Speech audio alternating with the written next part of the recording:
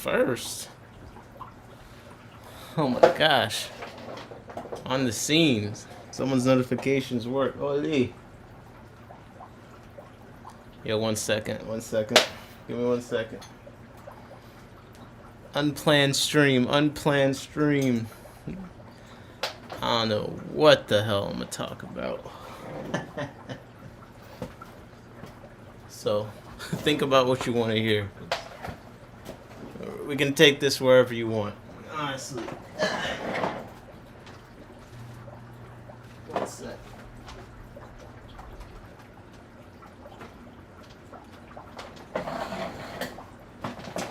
Give me 1 sec. What's up, people? What's up? I hear you yapping already. It's not official. It's not official. We warming up. Give me a sec. We're getting it together. What's up, Jody? Yo, Grandma's awake. Ho! Let's go. Well, Grandma Jody, I never thought I'd see you again after 5. Holy. That's a shot.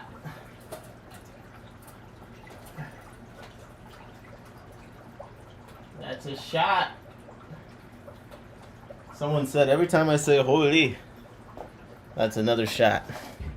And you know what? I got a bev.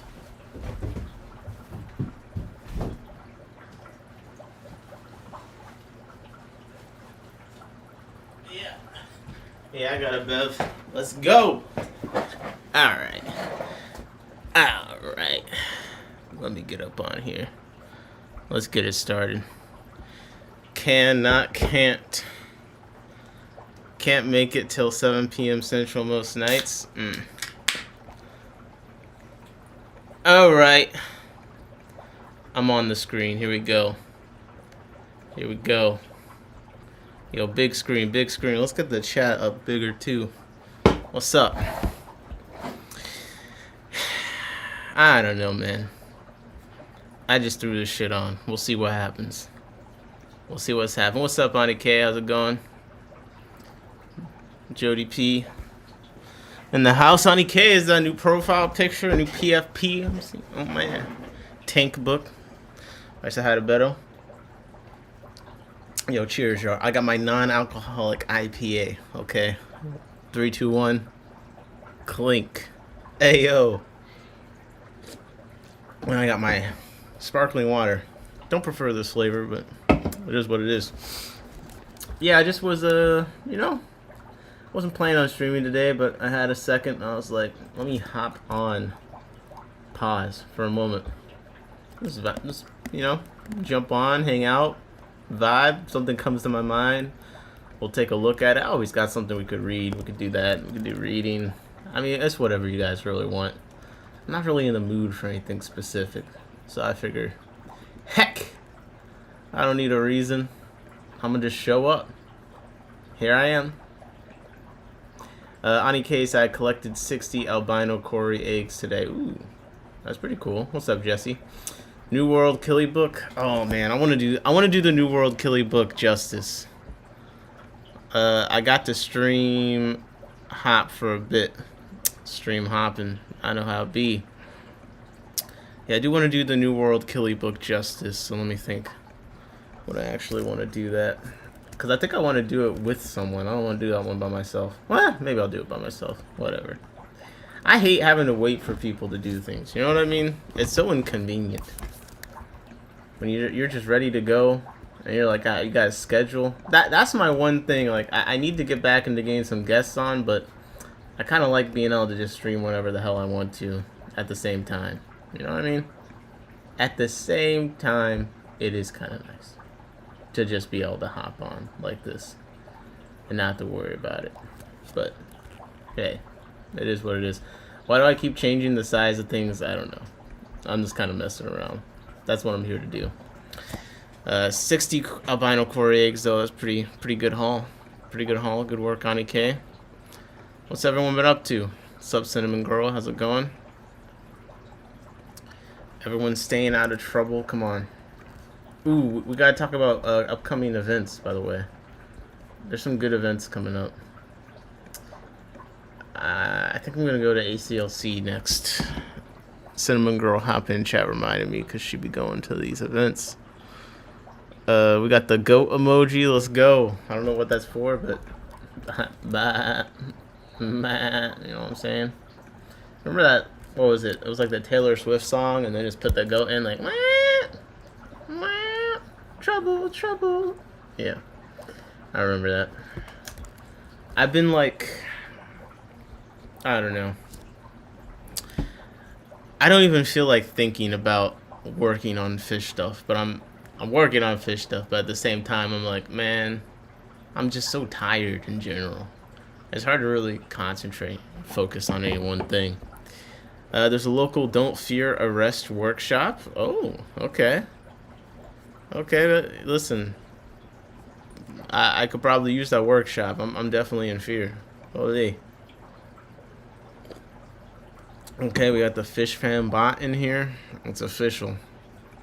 It's official. Well, what's going on in the world right now? Yo, did anyone notice, like, I just now noticed, I guess it's probably been like this for a while, but anyone notice the Owase filters are, like, on crazy sale at the moment? Or am I just, like, that behind on things? I mean, I don't really buy filters that often, so that would probably be why I didn't notice. But I noticed on the Owase website, like, all their bio style filters.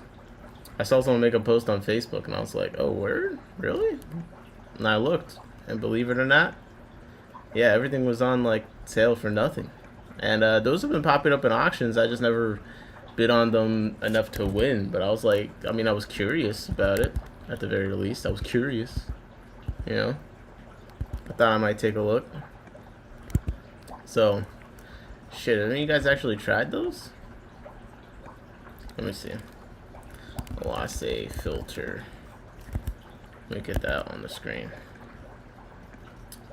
Owase filter. Yeah. Excuse me. Yeah. You guys know the ones I'm talking about. They got the heater inside of them and stuff. I know you've seen them. So don't act like you haven't. I know you have. My LFS gave out cookies on Valentine's. Oh, that's nice. I have one of the tiny ones, Tank Book says.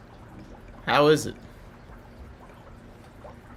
Because that's... I mean, I don't know if I'm going to order one, but I've been curious about them. They can't be that bad. They got the heater inside them. Like, then again, maybe they can be that bad because they're just continuing them. Holy. You know what I mean? That's kind of my question. How bad were they? They getting them out of here already? It can't have been that great. It can't have been that great. I'm talking about, yeah, bio-style power filters. I think these are the ones. Yeah, look at this. 72% off. Bio-style 20, $9.99. Bio-style 30, $13. 50, $15. 30, from $70.99 to $20. And the Thermo 50 from $80.99 to $25. Like, I'm not using it, if that helps answer the question. Oh my god, bro. Okay, okay. Jeez. Alright. So maybe, doesn't sound like everyone's favorite. Gamer says they cost too much to ship. Well, that was what I was afraid of. How much is it to ship? Where to buy? Find a store. Okay. Let's zoom in here.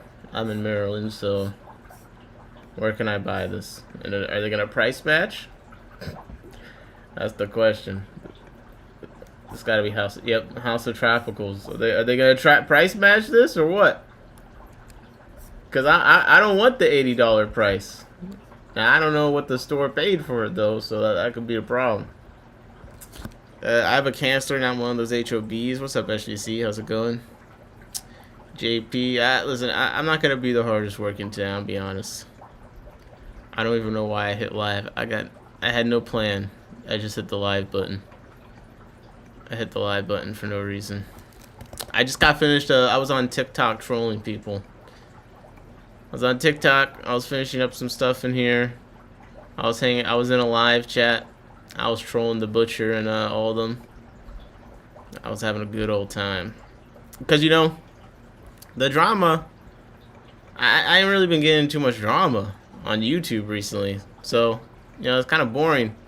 But, you know, on TikTok, I wasn't on TikTok for like a week. And I come back and there's all this drama on the fish, on a small niche of the fish talk over there.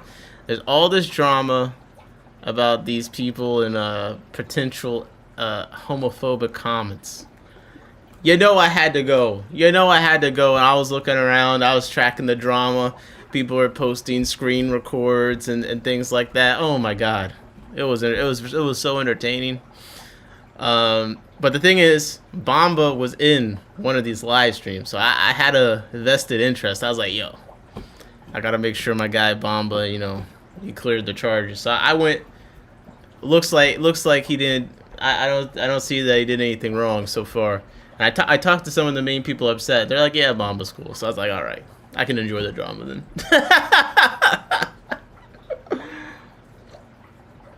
So I was just in the chat of those people, just trolling, basically, instigating. And Mexicali was in there too, although I don't know if he was hip to that particular drama.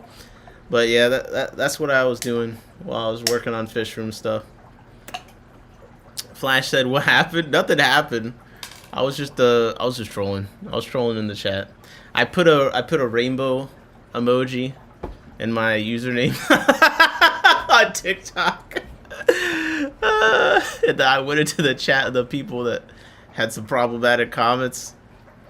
Just by me being there with the emoji, and it was already a troll from the start. So listen. I have no problem making people uncomfortable for my own entertainment, but sometimes people should know you gotta be careful what you say. You know what I mean? You gotta be careful what you say. And in the case where I control someone and they said something wrong, and it seems like they're still, you know, figuring out how to proceed, sounds like a perfect time for me to go in there and give them some practice. Takebook said, "Well done, thank you." So yeah, besides that, what else has been going on? Yeah, and it's funny because they had like some people, I guess, made some like burner accounts that were in there trolling too. So then I get to bounce off my trolling with the burner accounts that are trolling, and it was extra fun. So I don't know, but let's see, who's Mexicali interviewed recently? Because let's see. Mexicali fishkeeper. Sorry, Swim Deanna Jones. Yeah, I was watching back the Swim Deanna Jones rant the other day. I laughed so hard. Flash said, "Bro, the shrimp person made 3 different spice accounts." Spice accounts. Listen, I'm low on things to talk about. Okay, I'm low on things to talk about. I don't necessarily want to go over and break down the entire TikTok drama, but if there's nothing else to talk about, I definitely will. Okay, let's see. I'm trying to. There's something. Oh, I wanted to shout out. Mexicali is doing an interview with Sweet Johnny Ponds and Aquarium. Yo, Jorge, your title's spelled wrong. He's got it. 1 second. Can you guys see this? No, I accidentally closed my thing. Oh no, you can see it. Yeah, he's got it Jonny, bro. That's not how you spell his name. Johnny. Come on, bro. Johnny's Ponds and Aquariums. I'll put the link to this channel in the chat. I can't say that I can't say that I kind of, I don't know. I haven't watched every single video recently, but there was one particular video that I enjoyed about lighting. Yes, this light. Aquarium lighting, cheap to extravagant. I like this video. It's a good video. I'll put a link to the specific video in the chat. I think I watched some of his other videos, but I can't remember. I just know this one I was rocking with. But basically, I leave it up to you guys what you feel like talking about. Like, I can bounce around. I can find a interesting paper to read or whatever. Or we could just talk about some bullshit. It's really up to you guys. I feel bad when I don't stream for a long time. I don't like streaming if I got nothing to talk about or nothing I feel, you know, energized to talk about. But I feel bad when I don't stream sometimes because, like, yo, Mick left a freaking comment, bro. Oh, this is crazy, bro. It's been like 2 days. An hour ago, Mick left a comment. We need another live stream, Nick. Hope you're doing okay. If I'm not in the chat, I'm watching from you know where. Like, it's like this guy's writing to me from prison. Like, Mick, well, am I okay? I don't know. But anyone doing peanut beetles? So, peanut beetles suck. That's my opinion. There. I said it. I said it. They smell bad. I think separating the beetles from the larvae is annoying. And I'd rather do something else. That's my opinion. Don't feel bad until 4 days. You want to see my my Daphnia culture I just got from Captain a bit ago. I need to add some more green water. But, I got my Daphnia culture going. Hold up. Yeah.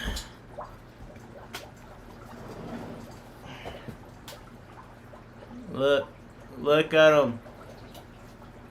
Look. They're everywhere. So we're getting there. We're definitely getting there. Now the thing is, I was gone for a few days and the light turned off. So it did not maintain the green water as much as it should have. Now luckily I got other green water stuff elsewhere, so it's not a big deal.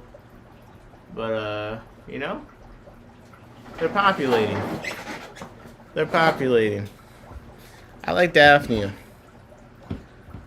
Peanut beetles, I don't know. What's the benefit to them? That's my question. What's the benefit? I feel like there's other things. Oh shit. So all my worm cultures have been doing well too. My vinegar eels on oats, you can see. Coated. And I harvested these earlier. Like 2 hours ago. So, you know, I'm back on my shit when it comes to the worms. I got my microworm culture here. That's going well. I got the banana worms. And I got the Walter worms. Which is also going well. So, for those not familiar, all this coating on the side is little worms. So, yeah. You know? Things are cruising. I just got a Grindelworm culture from Aaron today. So, I got to get that going. But, as you can see, I'm not that bad at I'm kind of alright. I know how to get the microworms going, okay? They were my first live food. They did well. And most of the ones you just saw, I actually harvested today. So, when they're going well, you should be able to harvest them multiple times in a day. And they coat the walls right back up. But the thing is, you gotta stay on top of harvesting them if you want them to be like that. If you stop harvesting from a bit, it might not always be that way. So I got some starter cultures from Captain. She's of course very good with worms. I think I keep my cultures slightly differently, but they're easy as hell, man. All I did was add them to a bunch of oats for that. That's it. That's all I did. I added the culture that she sent me to oats. I haven't re-wet it. I haven't messed with it. I haven't done anything to it. I just put the starter culture in a container with some oats. I made them damp, and that's it. Ben said, kind of a free fish tank. Of course, Ben, anything for you. What's up, Zebra Aquatics? Andrew, how's it going? Good to see you today. At the we had a club meeting today, ASCM. post Valentine's Day, decent amount of people still showed up.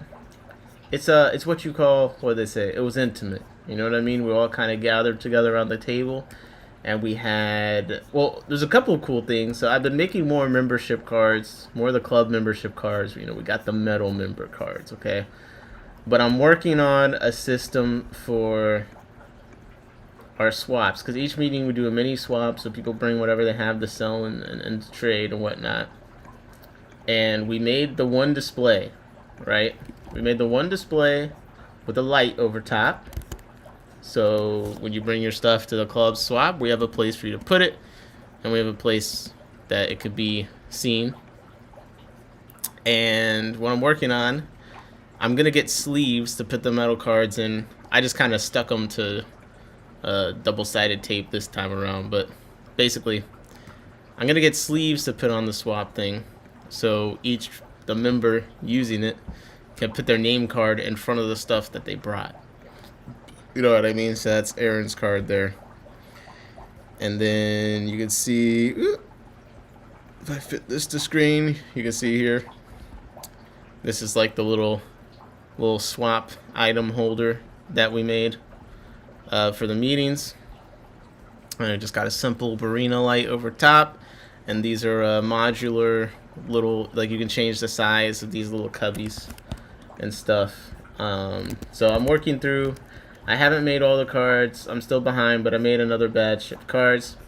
And then the thing I'm excited about is I'm hoping by next meeting, I just need to get a librarian, but I want to launch the club library. So basically, my whole philosophy is, how do I increase the amount of things that the club does for its members? So little things like, okay, we got a fancy display for members to use for swaps and stuff. Okay, we got the metal membership cards, like, okay, discounts for whatever. The next thing I'm going for is, well, at a lot of these auctions, people put books in the auctions and magazines in the auctions, but like ain't nobody ever really want to buy that stuff and keep for themselves. So my thing is, I want the club to have a library. Okay, so I want to have a club librarian, someone that's responsible for organizing, keeping track of, and bringing books to the club meetings, and then members can check out a book at the meeting, perhaps, and they have to bring it back to the next meeting. I don't know exactly what the process will be, but like for instance, we have this book. The club has this book. It's unopened. Crystal Castleman, Aquarium Plants. Now, this is a very expensive book that's hard to get. And flash that I have the Kesselman plant book I can lend, which is actually great because, well, if we have one of them and we do the library thing, then, that's one person that can use it a month, which is great. But if we start to the point where we have more than one copy of certain books that are very popular, now you see the membership makes a lot more sense, because it's worth it for people if they have a nice library of books they can check out, a certain amount every month. But on our front, instead of selling this book for whatever amount of money or raffle, whatever once, we just have a library of books that help make the membership worth it, and then we can just focus on that. You know what I mean? So my whole thing is around making the membership itself worth it, so I don't have to spend as much time on crafting up raffles or auctions or whatnot. Like, let's just focus on the membership itself. So this is one idea. We'll see if it works or not. It could be a catastrophe. Tank Book said W idea. Well, I just realized your name is Tank Book, so it kind of makes sense you'd be on board.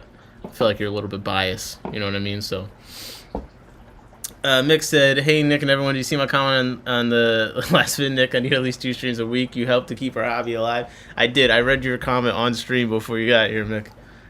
I'm doing 2 streams a week, Mick. Come on, man. Get off my bumper, bro. Get off my bumper. Nah, I'll be back. I'll be back. What's up, Johnny Best? Johnny Best, what's up? And Tank Book said slightly biased. Yeah, so I want the club library. That's my one idea. And between a bunch of our members, I think we have enough books to get there. Like, even just being able to store Tropical Fish Hobbyist magazine copies, for instance. No one wants to have 300 of them themselves, but a club having them where people can come in and check them out, even if we don't bring all of them to each meeting, we have a list of what we have somewhere where you can request it and stuff like that. I think would be worthwhile and achievable for us to do. And yeah, I really like this little thing. 186 Element said no notification on my end. Ugh, not again. So yeah, that was fun. Our activity for today, it was kind of chill, but oh, let me do one more picture of our little display thing. I guess I'll do a full, like, let me just, because it was looking good today. I felt like it made sense. You could see the potential of the idea. But our activity today was a workshop on bagging fish. So each board member that regularly bags fish for stuff, myself, Aaron, Black Planet in the chat, and then Grace, we all showed the different ways each of us bagged fish, and some of it shipping wise. I'm just showing another angle of kind of what I got. So this is like each member can put stuff in the slot for swapping, and then I'm gonna put sleeves in the front, and then the metal membership cards you can put in front of the one that's yours, and then that way people know, like, oh, I'm gonna go over to that person because his name's in front of the thing, and that's the thing I want to buy. So I've been enjoying this. I think it works. It keeps things neat. I think there's always room for improvements. One thing I'm enjoying is the different, with the mini swap each week, where I'm enjoying the different things people bring. No, Nick, I feel very appreciated, so I always encourage you guys to harass me to stream more. I don't mind. I recommend checking eBay for those books. They're usually expensive. Hobbyists sell them on there for cheap. Yo, Flash is an eBay expert. I'm enjoying some of the different things. We definitely get some people into terrestrial plants too. So like Joe, she makes these cute little terrariums, mini terrariums she brings. And there was a heart. I should have bought another one, because Jessica likes little terrariums. So she's got a little moss in there in this jar. Just really cute. So it's fun seeing what different people bring, especially once they realize, like, all right, I don't have to bring 100% like a fish in a bag. But yeah, so I had to learn how to tie a fish bag, because I don't really know how to tie fish bags. But I had to try to learn how to tie a fish bag. Grace gave a good little workshop on that, and we used Swedish fish. We used Swedish fish in water to represent the fish that we were bagging. So you tell me if you know which bag is mine. Now, one thing that Grace did, what I didn't realize when you're tying bags, you can tape the corners at the bottom so the fish don't get stuck in it. Like, you can just tape them up. I was like, oh, well, that's easy. Yeah. I like tying bags. My bags are too short. The bags I have right now are way too short, so it'd be hard for me to tie them. I still like the heat sealer, but even for heat sealing, for auctions at least, it'd be nice to have a bit more height so I could get them tighter, easier. But yeah, I did all right. I tied a decent bag. I don't think, is it this one on the right, on the left? I'm not sure. But I tied a decent bag. As a Swede, I'm happy to see we contributed in some way. Yo, Aaron took, they were like, who wants to take home the Swedish fish? And Aaron took the whole bag home. I was going to offer, but he was so excited. He said, I got my daily value, my daily recommended amount of car wax now. Hey, yo, Jose with the $4.99. Thank you very much, Jose. You shouldn't have. Thank you. I appreciate that. I'll be honest, I do feel very appreciated by you guys in general. I'm not just saying that because Jose just sent $5. But I've been feeling very appreciated, so it does make me want to stream more because, clearly, yes, W Jose in the chat, let's go. Clearly, some of you guys do happen to miss the streams when I go a little bit longer without streaming, so I do feel bad because I'm like, yo, what are they gonna have to watch while I'm gone? Like, they might have to watch paint dry or something. I don't know. Hey, yo, Johnny Best with the $5. Oh, he won up Jose by 1 cent. Not joking. Yo, Johnny, thank you very much, Johnny Best. All right, guys. Well, I got my $10. See you guys later. Good stream. Nah, play. No, seriously, I appreciate you guys, and Sometimes why I don't stream is because I want to have a good stream that I prepared for, and that is going to be, you know, a bit more quality and stuff like that. And the thing is that sometimes it takes me a while to do that, and then I don't stream for a while. So today, you're gonna have to endure the fact that it's not really a prepared stream. I just figured you guys would want to hear from me, you know. Maybe I assumed too much. Where's do we harass you to if you're not streaming enough? Email? No, bro. You gotta harass me in the Discord. I put the link to the Discord in the chat, but straight up, like, people have gotten me to stream directly by harassing me in the Discord many times. This is something that, if you're not in the Discord, then you don't know. But if you're in the Discord, the live discussion channel, regularly people hound me to stream in there. And I would say there's a direct correlation between how much I get harassed in there and how quickly I stream again. So, you know, I'm gonna be honest. Okay? I'll be honest. So, wait, I got one thing that Joe has been bringing her new cat, and she just holds the cat the entire meeting. It's making me jealous because I wanna hold a cat the entire meeting. Like, man, I want to get a new kitten just to do it. But goddamn, this thing's so cute. It's like this fluffy black cat. But today it was making this face like, like I don't know why it was so mad at me. Oh, yo, kitty, calm down. Calm down. So, if you want to see Black Planet, our friend Aaron Smalls, he was giving his talk on how he does his bags for shipping killifish. And he was talking about how he ships them and things like that. Look, people are paying a lot of attention, okay? People are paying a lot of attention. We didn't have a speaker today because we just gathered everyone close to the table. But look, this guy looks trustworthy, right? You know what I mean? He looks like he knows what he's talking about. We did a small mini raffle, and what it was basically, since our activity was shipping fish, we did a big pack of bags, a heat pack, a styrofoam container, and it's like, hey, you want to list one thing on Aquabid? You want to bring some stuff to the swaps? Here you go. I think in the future we'll try and do the thing other clubs do, where they buy in bulk fish bags and sell them near or slightly above cost to members, because part of it's like, look, we want people to also be able to bag fish properly to bring them to meetings. So kind of did a little bagging workshop, and then we raffled like some supplies and stuff like that Aaron donated. So a couple different size bags and stuff. All in all, it's a good meeting, fun meeting. Flash was there, hanging out with Flash, Austin, Grace, Aaron, Ryan, the whole crew. My man Tony. Tony made sure he took a bunch of photos that he posted. And, yo, Bamba didn't come today. And I even made his membership card. Look at this. Look at this. If you want to dox Bamba, this is his real name.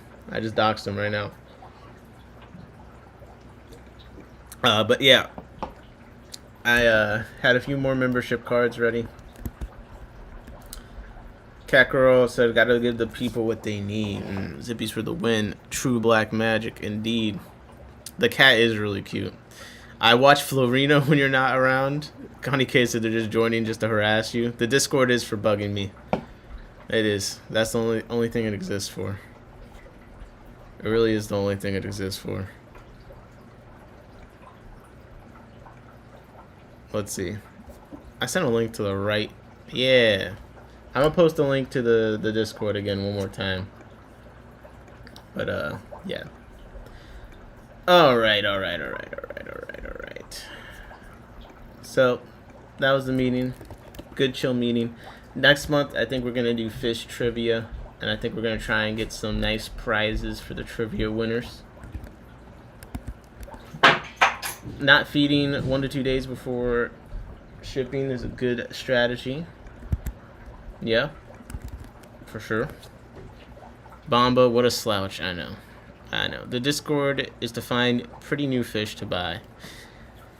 Shit, are there any pretty new fish to buy these days? I mean, do they even make fish anymore? Like, I don't know. Do they even make fish? Maybe not.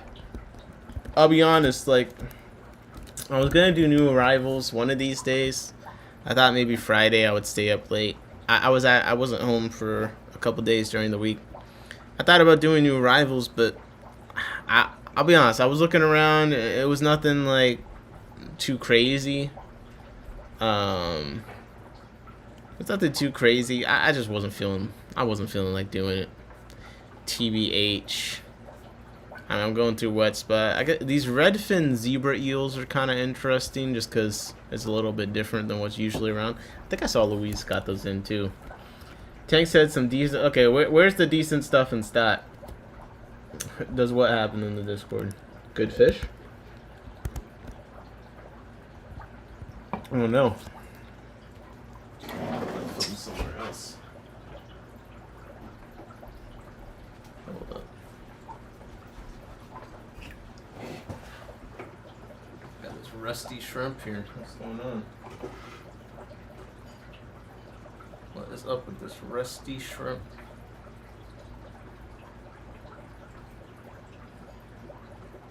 Yeah, you see it. I hate black Neocaridina. I don't care how racist that sounds. I am not maintaining this line, bro. It's way too much work. They produce so many culls. I may as well just kill myself. Like, I'm not gonna do it. I absolutely refuse. It's too much work. Too much work. I'll just keep the yellow Neocaridina where they're just yellow forever. No matter what I do.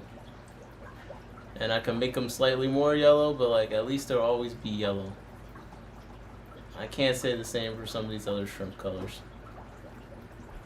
God damn. I cannot get this camera to... Alright. What else do it there? Send them my way, I'll take them. That'll be $300, please. What was the letter Cara top left? The poppy colors sell better, I guess. This is Buckle Cup. What kind of common name is this? There's a location. Latacara Aguirre. They got smalls. This probably is one of the ones that's supposed to be a little nicer. My Curviceps didn't do well for me. Now, if it looked like this picture, then, you know, I guess it looks cool. But I don't know, man. I don't know. I'm agnostic right now or something. Like, I need a fish that makes me feel something again, you know? I need a fish that makes me feel something. D1 says Venmo or cash. Venmo. I think my Venmo is in my verse. I'm looking for Malawa shrimp. I don't think they exist. What? People got... Wait, who got Malawa shrimp? I know someone got Malawa shrimp that I know. Come on. Not... Because it's... Yeah, Malawa shrimp. They exist. They definitely exist. No way. The guy I got the orange eye black neos from said the cull rate was 50%. Yeah. For real, how much for 10 of them? For 10 of what? Just the rusty shrimp? What, these? The black neos? Yeah, I hate these guys. Make me an offer I can't refuse.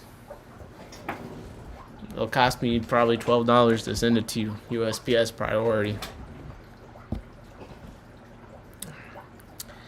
I am shipping again tomorrow. Now that you mention it, I've never seen Malawa shrimp either.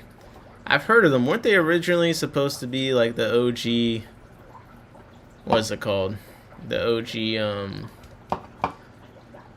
what is it when it's like, this is the best it could be? This is the goal. This is what everyone wants. I don't know. This is like the... Well, it was supposed to be the best shrimp, I thought. What's up, Fishkeepers? How's it going? Yeah, I thought Malawa shrimp used to be what everyone wanted. Malawa shrimp, teeny and easy. Rachel O'Leary. See? Sounds like great marketing to me. A lot of Cara Agraria from the Rio Agraria, aka Buckelkopf, German for bucklehead. Well, alright. Malawa shrimp. Very low hardness and tons of dilution because of all the rainfall. Yes, or about 7. They look like fat small Malawa aquarium. shrimp Carry their eggs for that are small. Okay, let's see what Garden of Eden wrote. Let's see if they got a good description here.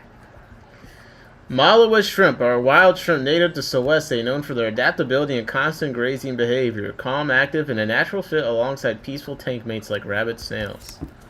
Sulawesi. Garden of Eden. Malawa. Do they not have them? Malawa. Man, they might not have them anymore. Sulawesi. Nope. Nothing listed. Come on, man. Someone's got to know. Where's the Malawa shrimp? If it's anything like $200, we'll be able to do it for a month. So the diapers are expensive. I mean, bro, I'm not gonna charge you much for the shrimp. What do you want? Like $1 a shrimp, $2 a shrimp? How many you want? My Malawas are super boring looking. Well, Tank Book got Malawas. Where'd you get them from? Where'd you get the Malawas from? I wasn't playing sound on the video, no. Supposedly they eat algae and breed in fresh water. That would be that's what I'm saying. It's supposed to be like the aquatic arts for Malawa shrimp. Alright, people. We gotta find Malawa shrimp right now. Where are we buying them? I'll talk to you on Discord. Sound like a threat. Ooh. Ooh. They put these on sale. I want these. These are the small... Fuck, bro. Why am I so... You know what? I'm not gonna do that. I do want these the little fans. These are like the small bamboo shrimp. That's what they're supposed to be. 3 inches. Yo, fuck your Malawa shrimp. Yeah, I'm on a different wave now. I'm on a different wave now. Oh, apparently they're mixed in with Aquahuna's XXL shrimp or something. Hello, my friends, and welcome to... Except they're smaller. And they have a few tricks up their sleeve in that they are a wide-ranging shrimp in where they're found, like we talked about. So they've also evolved the ability to pick up things off the ground and eat a little bit of detritus. Eat shrimp, but smaller, and they can pick stuff off the ground. Let's go. Yeah, Kakarot said, I talked to you on Discord, dangerous words. Yeah, basically, you sound like a predator or something. That's all I hear about with Discord. Oh, it went down in the Discord. Like, that's all it is these days. It's like the Epstein files, only with like a bunch of like raw XD cat emoji shit. You know what I mean? Thank God I never became a Minecraft YouTuber. I was playing Minecraft early in the days. Like I was an early adopter. If I started making YouTube videos, I would have been one of the few like it. But then what? Would I've ended up to be preyed upon? See, you thought I was gonna say what I ended up to be. No, I would have been preyed upon. I'm cute. Okay? Come on. I'm cute. I'm cute. I'm just not underage anymore. So like, I'm sure the top YouTuber, Minecraft tuber wouldn't want me now. Okay, but, you know, back in the day, I was a catch. I just thought the chat wasn't the place to do business. You know, people are always doing business in my chat. Like, it's kind of crazy. It's kind of crazy. What I like is when someone isn't responding to another person's text, but they see them in the chat, and they start going like, yo, respond to my text in my chat. I'm like, dog, this is crazy. It's dangerous in the chat. You might run into someone you've been avoiding. What's up, Big Steve? Tank Book said, what are we talking about? Malawa shrimp. Where have you been? We're trying to figure out where to buy Malawa shrimp, right? Whew. But I mean, I do got some weed and candy hop on my van. Wait, what? Now what are we talking about? What's up, Big Steve? Yo, Big Steve, hottest up-and-coming hobbyist breeder and best breeder of Nanochromis transvestitis in the world, and approaching to be one of the best breeders of red lizard whiptail catfish, and potentially, if he could get off his lazy ass and tell his fish to hold some eggs in her mouth, he could be the best breeder of beta macrostoma on the East Coast. Now, Pimp of Shrimp has Malawa shrimp listed. Wait. Update. I have a surge in demand for these shrimp. See? They're trending again. My current... Okay. Buy Malawa shrimp and breed them right now. It'll pay off in a couple months. They're on trend. We solved it. It's going to take a month or two for supply to replenish. Thank you for your patience. If you're interested in reserving some stills... Now, anyone order from the Shrimp Pimp before? I feel like I've come across them in the past somewhere. Like, what kind of pimp are we talking? Like, are we talking like R. Kelly from Trapped in the Closet, like his pimp character there? What was it, Pimp Lucius? Yeah. Like, we talking this kind of pimp? Or are we talking like OnlyFans pimp? Like, we talking like this degenerate? That kind of determines the kind of shrimp. Mr. Trink looking at a trendy shrimp. Is he going mainstream? Never. I'm too blacklisted. Come on. I'm too black and too blacklisted. Big Steve is spitting good short vids right now. Yo, Big Steve only posts shorts. Like, I've been trying to go over and film with him, like get him long form, but he says he only wants to give the people a couple seconds at a time. I don't know what it is. Like, he thinks he's like Michael Jackson or something. Like, every time I point the camera at him, he starts going, yeah, I don't usually talk on camera like this. You gotta go to my YouTube Shorts channel. I'll hang him over a balcony. Holy. Okay, Beta Embellis from the auction. I'm not gonna lie, it's looking pretty good. Looking good. I was concerned about them when they're in the bag, but it looks like the ones you got, not too shabby. That looks just like the pictures I seen. Big Steve is breeding a lot of bettas right now. Where's all the store owners? You should be hounding him for these bettas. Okay, he's a terrible negotiator. You can flip these bad boys immediately. We're talking about fish flipping. Come on, let's go. The algorithm says shorts are in. Algorithm schmalgorithm.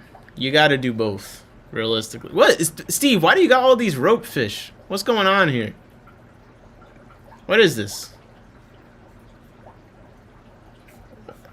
This isn't what we want you to be. Oh my God, bro.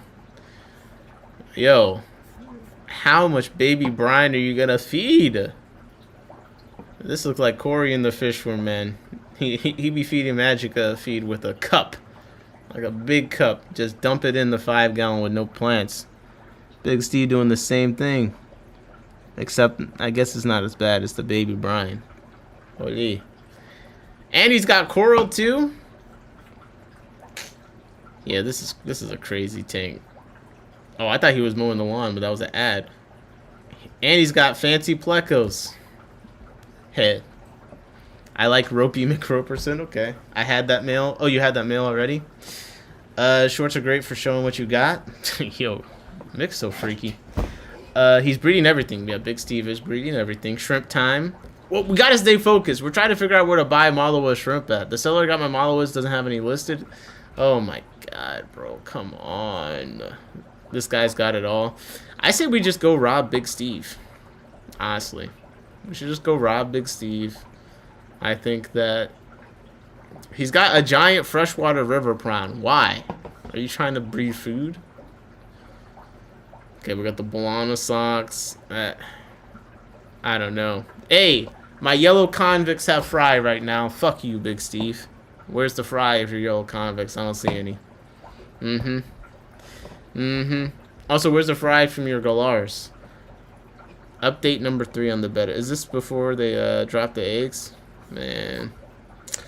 Alright, we're getting off of Big Steve. We gotta find these shrimp. Buy Malawa shrimp. See, so that's why I wanted so hard on that bag in the auction. The male needed some ladies. Ah. So you had that male. That makes a lot more sense. Focus, focus. Oh, guys. George showed up. I guess it's time for me to end the stream. Usually always shows up when the stream's ending. Alright, so Malawa shrimp from Solwese supposedly eat algae and breed in fresh water. This is like 2 steps away from being the best girlfriend ever. 1, they just got changed from a shrimp to a girl. And then 2, I need them to be like rich. You know what I'm saying? I'm the prize. Alright, let's look at this Reddit thread for any hints. Where to reliably buy Solwese Malawa shrimp?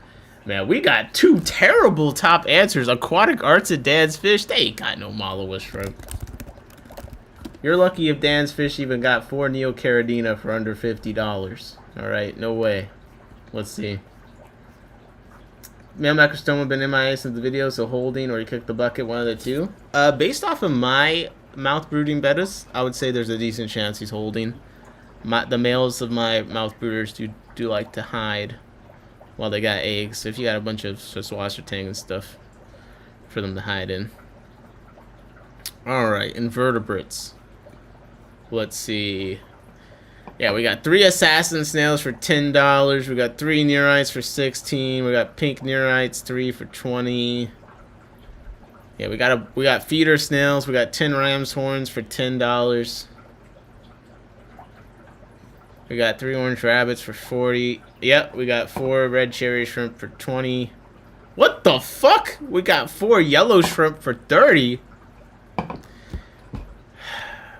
Man, I gotta raise my prices. I gotta raise my price. Hold up, guys. What do you think? What do you think? Come on. Yo, D1 fish guy, I changed my mind on the black shrimp. Okay? Yeah, we'll conduct this business off stream for sure. I don't want everyone to see me how I'm about to rob your pockets right now. Come on. Let's go. Alex from Fishery got some. I guess he will ship. Listen, they call me the laziest salesman of all time. In fact, I got exposed on Reddit recently. I'm not gonna, guys. Listen, I'm an open book. I'll tell you guys everything. Okay? I'll tell you guys everything. I'm an open book. I got exposed on Reddit recently. Someone posted they're looking for aquatic isopods. My reputation preceded me. Someone commented saying, in my tanks. And this the post said, I've been on his email wait list since December. I'd love to order from him, but he's already sold out. And I hopped in there. I said, what can I say? Cold is my kryptonite. And I suggested Aquapods LLC or Captain's Critters while I'm catching up. But they call me the laziest salesman of all time. Alex from Fishery might be worse. Now, he's got health issues, so it's not all laziness, but man, there have been people that have been waiting for him to send stuff for a long time. Trust it. Listen, real game recognized game, Alex. I know. Now, Alex, if you want to prove me wrong, send me some Malawa shrimp. Come on, buddy. That's my guy. Yo, everyone knows Fishery. One of my favorite fish YouTube channels. I've been consistent, okay? I went on this live stream. Every now and then I'll send him a text. I'm like, yo, Alex, where's the Malawa shrimp? That's going to be what I send every day now. So look, until Alex from Fishery sends me Malawa shrimp for no reason, I'm just going to say I'm the second laziest YouTube salesman. Okay? That's what I'm going to say. But Alex, just let me know. I'll send the money wire, transfer, Venmo, Cash App, Zelle. Let's make a deal. You got good shrimp, Nick. Thanks, RDK. 24 karat gold shrimp. That's what I'm saying. Nothing wrong with sending them to another breeder like Captain's Critters. Yo, Captain got a lot of isopods, man. Please buy them from her. There's always someone worse. There's always the lazier. Well, again, I don't think that he's actually lazy. That's my guy. He knows my sense of humor. Yeah, we got 4. So someone do the math. 4 blue shrimp for $30, and they got 32 available. Okay. 32 times 30. That's what I'm doing here. 32 times 30. $960 a shrimp. And that's 4 times 32. So 128 shrimp. 900 and something dollars off of that. That's not bad.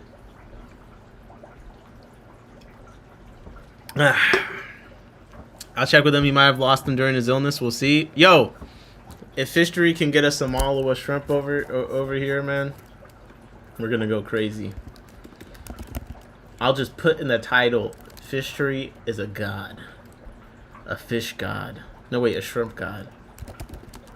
Subscribe. I'll do a live stream that's just titled Subscribe to Fishery. And then the whole reason I was looking for the Malawa shrimp is because someone in the chat. And like, instead of breeding the shrimp and give it to them, I'm just gonna get the macro lens out and the HD 4K and just put the shrimp that they want on camera and not send it to them. That's what I'm gonna do. 10%. I just got some magenta mystery snails. I know my area doesn't have them. About to rob some people. Yo, magenta mystery snails are a great hustle. Also, one of the best things to sell on eBay. When I was selling them on eBay, things were easy as far as finding people that wanted to buy them. So I don't know why, but for some reason the demand seems to be steady. I'm not finding a good place to buy the Malawa shrimp at though. Like, what's going on? Let's check out our favorite site. Heavy on the sarcasm, Aquafinder. Okay, if Aquafinder got the Malawa shrimp, I'll take back everything I ever said from them. If they had them right now, not if they had them afterwards. Okay, no. Let's sort by shrimp. Maybe someone misspelled it. Freshwater invertebrates. All right.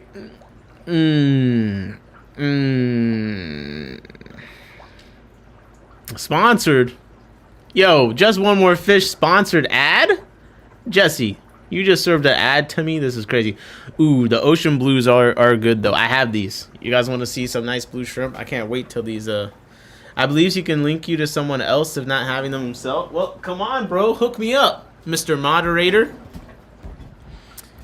I have these ocean blues from Jesse, just one more fish. Speaking of being a shill. Where is the... Ah, there's one. They are very blue. They are.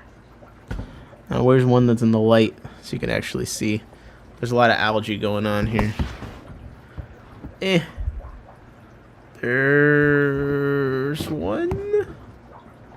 Come on, bro. Okay, we'll stick to this one for now. Wait, I got a flashlight. Hold up. I got a flashlight. We're good. Yeah. I've been enjoying these guys. They're very blue. The legs are blue. They definitely stand out. So, you know what? If you're going to serve me an ad, fine. I don't want Jesse's calls. That's funny. Okay. Almost dropped my computer. Malawa shrimp. Yo, let me stay focused. Malawa shrimp. They're not on here. Okay. Breaking news. Let's change our approach. Malawa shrimp Latin name. I don't do ads. Better have play with them. Wow, I don't sell. Whoa, I don't sell coals. Yo, I've only seen the best shrimp from Jesse, bro. Yo, someone ban Temperate for slandering my sponsor. Wait, that would be kind of weird. Imagine someone slander Jesse, who's a business, in my chat, and he bans them for it. Like, that's a whole nother level of shill. Like, I got corporations running my chat. Come on. Yes, Sage already knew the name. Paradensis. Caridina para... Well, this is saying... Paraparensis. Paravidentata? What the hell? Vortelli on Aquabid always has them available. Is Vortelli still active on Aquabid? He might have them. Let's see if they're on Aquabid. Jesse said people can have their opinions. Very bold. Very bold. Yeah, you know what? I thought that I did see Malawa shrimp on here regularly at some point, but I haven't seen Vortilli on Aquabid in a minute. No, I'm just seeing, all I see these days are these useless Opa Ula, and I don't care about all the people that say they're cool and they survive whatever. They need brackish water. If they can't survive in fresh water, they ain't hardy enough for me. Okay, get these fuckers out of here. I only see them in tanks that look hideous. Okay, I'm talking to you too, Flash. I don't care how cool, I don't care you got the thing that they're in on a Lazy Susan. Alright? I need a shrimp I can put in the tank of my dreams. The tank of my dreams don't got salt in it. Man, I'm just ribbing. I'm sure the shrimp are gorgeous. You know what? Just for apologizing and being nice, you're timed out for 10 seconds. Alright, come on. What is this? What is this?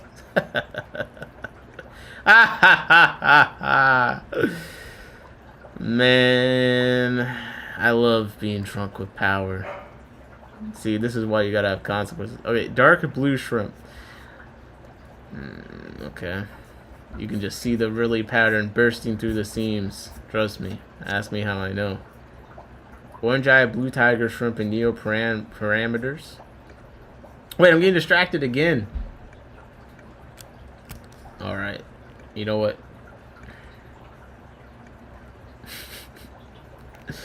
I don't know if we're ever going to find them if I can't just focus. So let's go back. We're looking at the Latin name of the shrimp. That's what I was going to do. This person said Aquabid. That's a dead end. Aquatic Arts. That was a dead end. Let's see. Let's restrict the search to within the last year. Okay. Latin name is a dead end.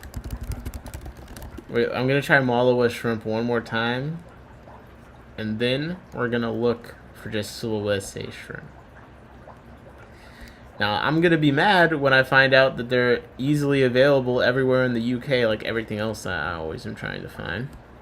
That's gonna really make me mad. Dark Malawa shrimp, a goth Malawa shrimp. Wow. Go on old Aquaswap ads and message the poster. Do I look like a stalker? Gosh, what's wrong with you people? Seriously. You think this is okay? Yeah, look at this.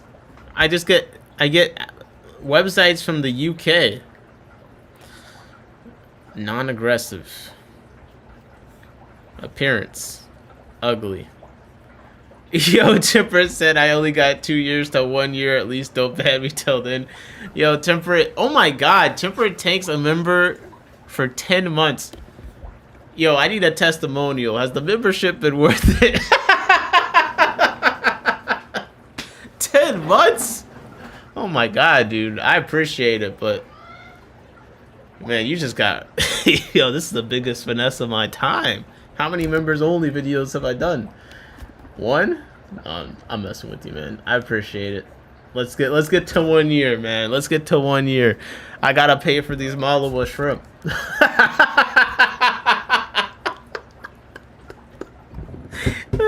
I can't stream, bro. I can't stream when I'm like this. W Temperate. Yes, W. That's the point, Mick. W Temperate in the chat. W Temperate. Okay. Buy Malawa shrimp.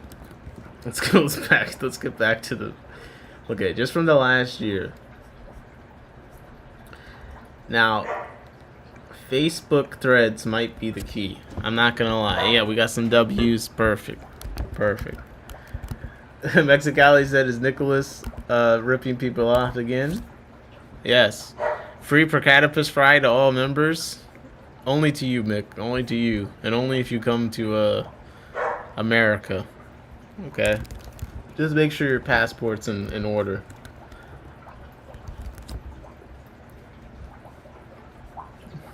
Do I need to explain?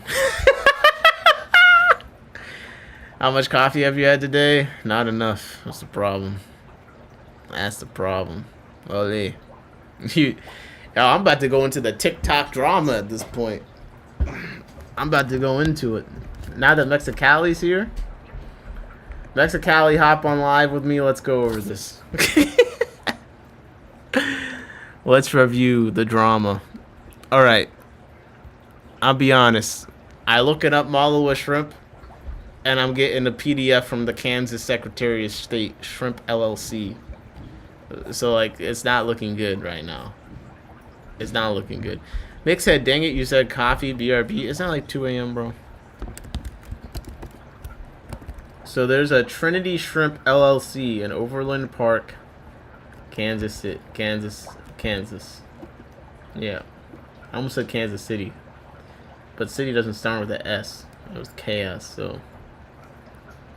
Yeah, Trinity Shrimp LLC. Do they got Malawa shrimp? It's a seafood company. It looks like so. I don't think so. Drama TikTok never send me the link. No way, bro. There's no way that Jorge's gonna join the live for no reason. Let me see. I'm gonna send him a link and we'll find out. But I don't think he even has a computer, does he? I thought he got in the chat like this is like what do they call him? Telegram. But not like the app, like, you know what I mean? Like the British are coming, like that kind of a thing. I thought that's how Jorge kind of relayed his messages to us. You know what I mean?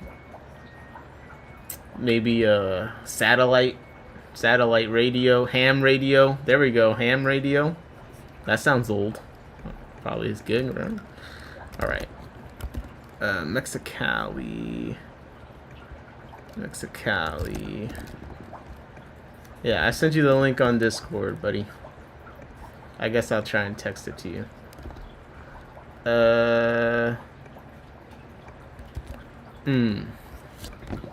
Hey, is that the dishwasher? Jesus. That's why they don't exist. They all shoved in cocktail shrimp cans. Oh my god, the Malawa shrimp in the cocktail sauce. This ain't right. But yeah, if Jorge does jump on, it'll be good though, because he'll be able to understand. He's very familiar with the TikTok landscape. All right, Jorge's kind of a, when he's not got the fedora on, he's relatively young at heart. You know, he can figure these things out. Now, Malawa shrimp for sale. Let's try that. Malawa shrimp for sale. Aquatic Arts keeps coming up, but they don't got no Malawa shrimp. Okay, where to find Malawa shrimp? Tools, time, past year. Okay. Yes, I know they're native to soy. So, look, Garden of Eden clearly has had them at some point. Wait, what? I think most of the shrimp living in my floor drain are Malawa shrimp. Wait, I know. Wait, let me message Becca. 1 second.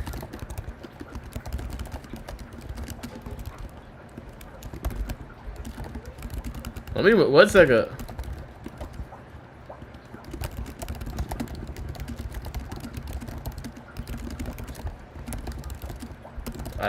I was Googling it and I saw you. I'm not a stalker. Okay. Aquatic Arts paying out the propaganda.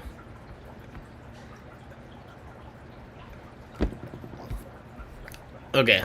We might have actually done it. I'm starting up the hamster to power the generator so I can get on the Morse code machine, asshole. That's very complicated.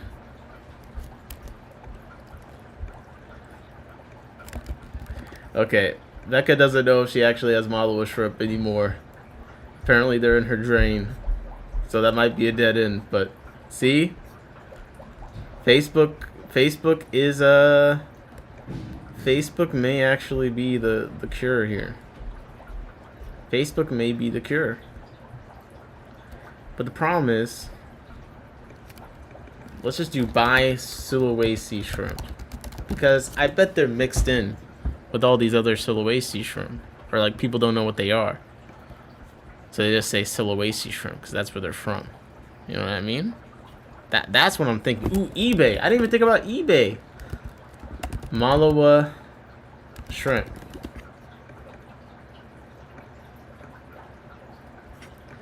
Is the microphone staying on the keyboard or do you beat your keyboard? I think I'm using my laptop as the mic right now. My bad.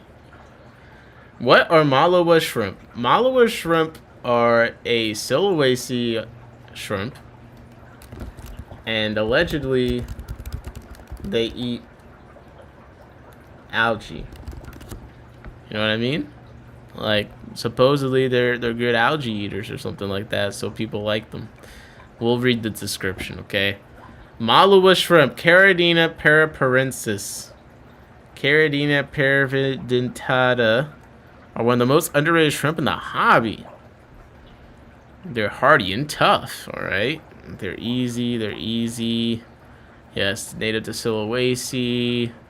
Cover tiny dots and colors and variations. Nice try. I see they look plain. Feeding, scavengers and omnivores. Okay. Algae eater. It says algae eater. I want confirmation. Do Malawa eat algae?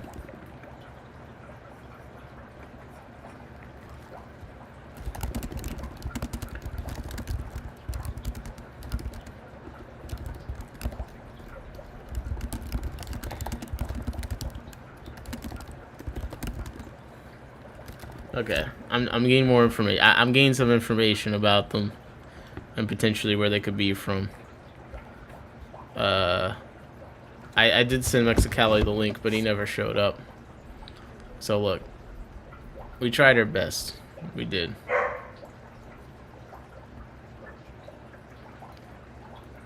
Now, everyone always says, let's see, shrimp tank or Malawa are good algae eaters. I'm pretty sure they eat algae, whether they're good or not as a mono, I'm not sure. Okay, whatever. Did you check Aquaswap? I was seeing someone selling the. Ooh, that's a good. Aquaswap. Let's see, Malawa. Yeah, Malawa shrimp. Let's do past a year. Yeah, this guy was selling them. We got one a year ago, NYC. We got one 7 months ago. We got one 3 months ago. Malawa shrimp. This seems like the description of them. Kind of. It's got dots and stuff. All right, let's send them a message. Let's send him a message. Hey there, do you still have any Malawa shrimp available? Would be interested in buying a group. They seem cool. Curious if they actually eat algae as claimed. Lol. Alright, message sent. Listen guys, live detective work. Okay? Live detective work. This is how you talk to people, how you talk to humans. You got yours on eBay, Tankbook said. Nice. Very nice. Ooh.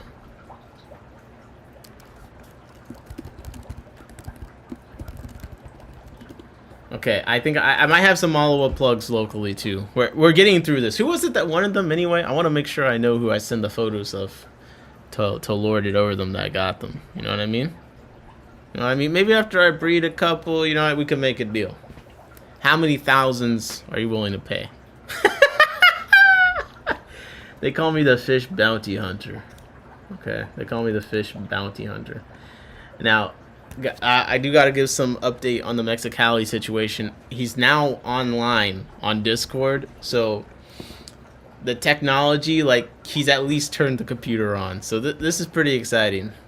If you have a grandpa at home or a grandma, perhaps even a great grandpa let them know that someone just like them was able to overcome technology and get on Discord. So next time they ask you how to use the remote for the TV, tell them, listen, what would Mexicali do? Come on, Grand. You'll figure it out. Okay. Now, as I was saying, in anticipation, I can't figure this shit out. Email me the link. Wait, I sent you a text, and I sent you. Wait, click on the link that I sent you on Discord, Jorge. I was just giving an inspirational speech about you. Oh, you know what? I have an idea. Wait, I'm gonna send you a new link. Okay, and this is gonna work. Okay.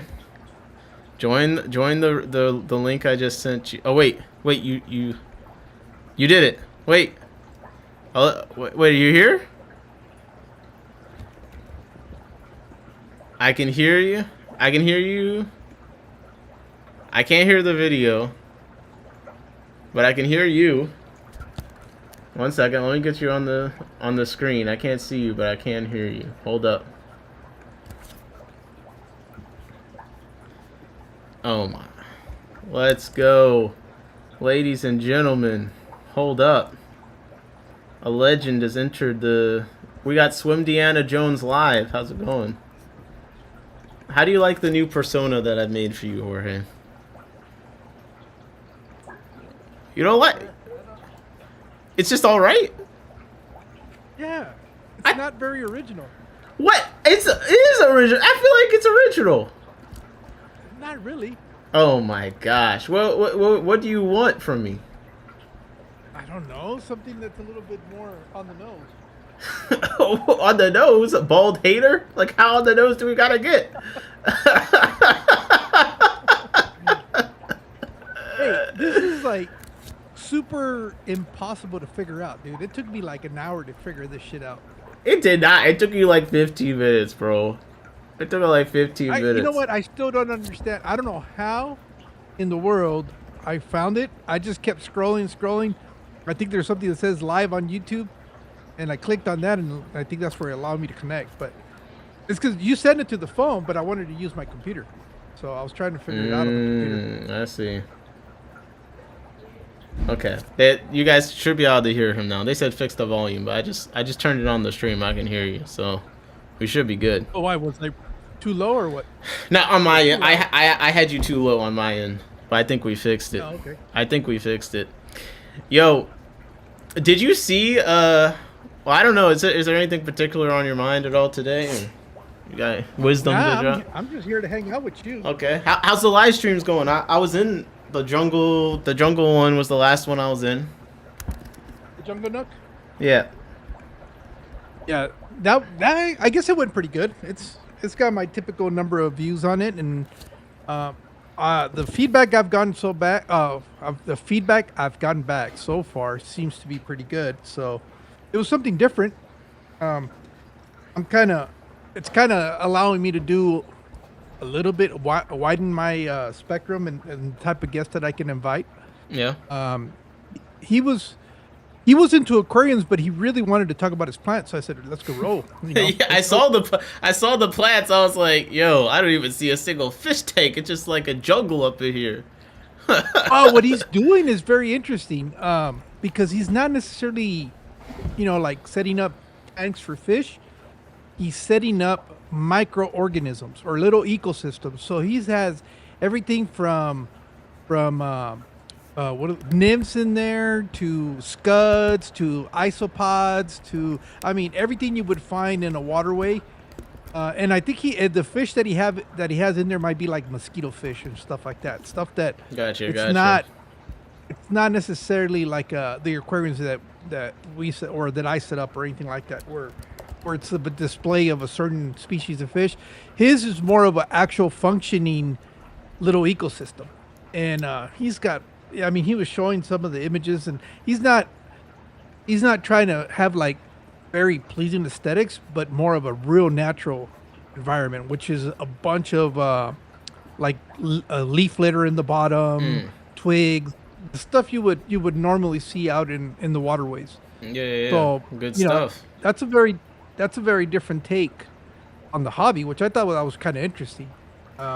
Maybe not for everybody, but he doesn't really seem to care. He's just more of his own personal thing. So That's I cool. thought that was really cool. That And is then cool. I guess on Wednesday I have another guy that's very similar to Jungle Nook, where he has a lot of plants, but this guy does keep aquascape tanks. As a matter of fact, that little pond that I have set up, I actually got inspiration from one that he has that he keeps outdoor. It's like a zen pond, he calls it, or a zen garden. I mean or that something like pond does look nice, though. That you did, so Yeah. I think the inspiration must have been good. Yeah, Nick, it Nick was. said he had a But his- jungle in every room.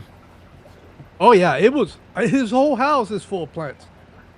I was like, whoa. I thought he had like maybe a couple of rooms, because he has like the main room where he does all his recording, and then I've seen him go into a room where he has all the aquariums, and I thought that was it. But he walked around his house, and he had plants everywhere. So he's not suffering for quality of air. I'm just wondering how humid his house is, though. That's what I was asking him. Okay, oh wait 1 second. I forgot that I was on Discord screen sharing, so then I started reading messages. I lost where I was. Yo, listen. Did you see that Clip and Ben and some guy Blue? Do you see they got into all sorts of trouble on TikTok? No, I left. I left for a while. After a while, I was kind of hanging out in there, and then I went to go do some other stuff, and 'cause they weren't really doing anything other than Bamba was flexing on how much money. First, he says he doesn't spend a lot of money, which, okay, that's cool, whatever. Then immediately after saying that, he goes, "Oh, I spend a ban on this and a ban on that." I said, "All right." Yeah. I guess your idea of not spending a lot of money is very different than mine. Well, you know, first he'll do the ADA, then he'll be like, "Well, I spent this much on it, Yeah. but wait, I did it, but oh, I didn't pay full price for this." It's like, which one is it? Which one is it, Well, man? I keep telling him the only reason he flex ADA is because he can't skate, so he's just trying to make up for it with spending money on it. That makes sense. He doesn't seem to take too kind of my comment, but oh well. That makes sense. Well, I was not cause I've been hanging out in the live. I was hanging out in lives for a few weeks, like you saw me in there. But then like I wasn't on TikTok for a while. They said I was Hollywood. They're like, "Oh, Nick, he never comes around anymore." Blah blah. And here I come back, and someone has like put out like a 10-part expose on half the group of the people that be hanging out on the lives, and I'm just like, what the hell? Oh, I didn't know that. Yes, so I was like, let's go. I was like, let's What see. was that all about? So like, this is like, let me set the scene, because like, it took me a second. And can you see my screen? Yeah, I can say where it says watch stream, but there's nothing on there. It's blacked out. If you click the watch stream, it should show you when I'm streaming. Yeah, I can see it now. Okay. Because like, Oh, so you screen recorded the? no, the I TikTok? didn't. This is someone else did. So like, this is how I found out. So I came on a couple days ago, and Clip, he like referenced, he was like, yeah, I got into a fight with blah blah, like these people, and I was like, oh, you've been arguing with women again? And he didn't want to talk about it, so I was like, okay, he's been arguing with some women again, because you know, Clip, he like, I'm sorry, listen, man, I'm cool with Clip and all that, but the man definitely he can't talk to women right. I'm sorry, they trigger him so badly.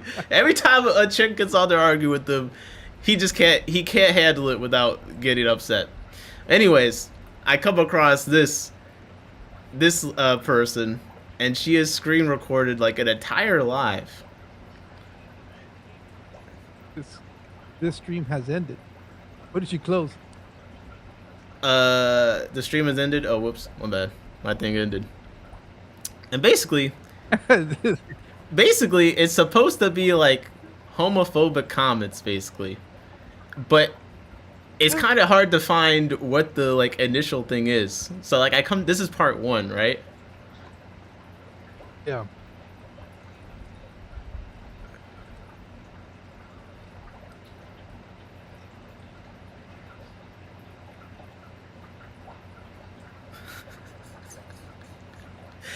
So like it's like a lot of stuff like this. So like this has been, and Okay. he's saying, because they call them homophobic. He's like, us homophobic. He's like, in other countries, man, they just kill you or something like that. So I'm like, Yeah, well, he's talking about some of the Arab countries where they'll throw people off the roofs. But yeah, that's a real thing. yes, but I'm like, oh man, what is going on over here? So basically, long story short, and like my Discord screen share keeps like messing up, so apologies for that in the stream. But long story short, here's the breakdown of what what happened. So the original incident, okay, that I've been able to determine is captured in this on a separate screen share expose compilation. This is a 3-minute compilation that someone went through the effort to cut together of different parts of the live stream of them just talking about whatever for whatever period of time. Okay? And Okay. basically what happened is, and let's see if it lets me skip around. And you can see they've cut in commentary of like what they think about the different things that they're saying. Let me see if it lets me skip. So in the middle of it, this is Blue, okay? Blue ink. Oh yeah. Now, Yeah, I know who he is. so basically what he says is something along the lines of, I think it was Shrimply that's married to a woman. And he says something along the lines of, keep it in the bedroom, right? Or like, I don't have a problem with keep it in the bedroom kind of a thing. But like he named her specifically, so then it became a thing. And then, Well, I saw that he was trying to remedy a situation. I think it was Shrimply. yes. And I was like, "What are you doing, bro?" And he just Okay, kept so you digging saw that. himself in a bigger hole and a bigger hole and a Yes. bigger hole. Yes. And at some point, just shut the fuck up and don't if you don't agree with it, whatever, keep that shit to yourself and move on because yeah, he didn't do himself any favors. Okay, so you saw that part, but you just didn't know the context of whatever Well, was I happening. just happened to.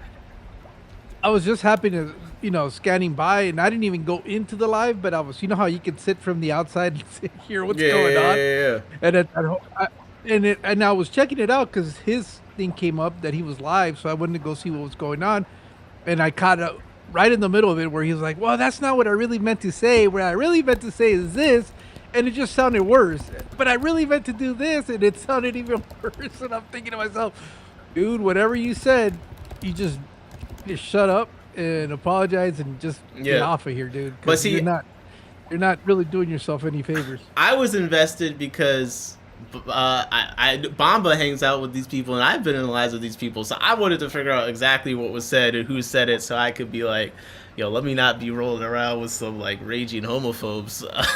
Like if they said something super crazy, like I need to know.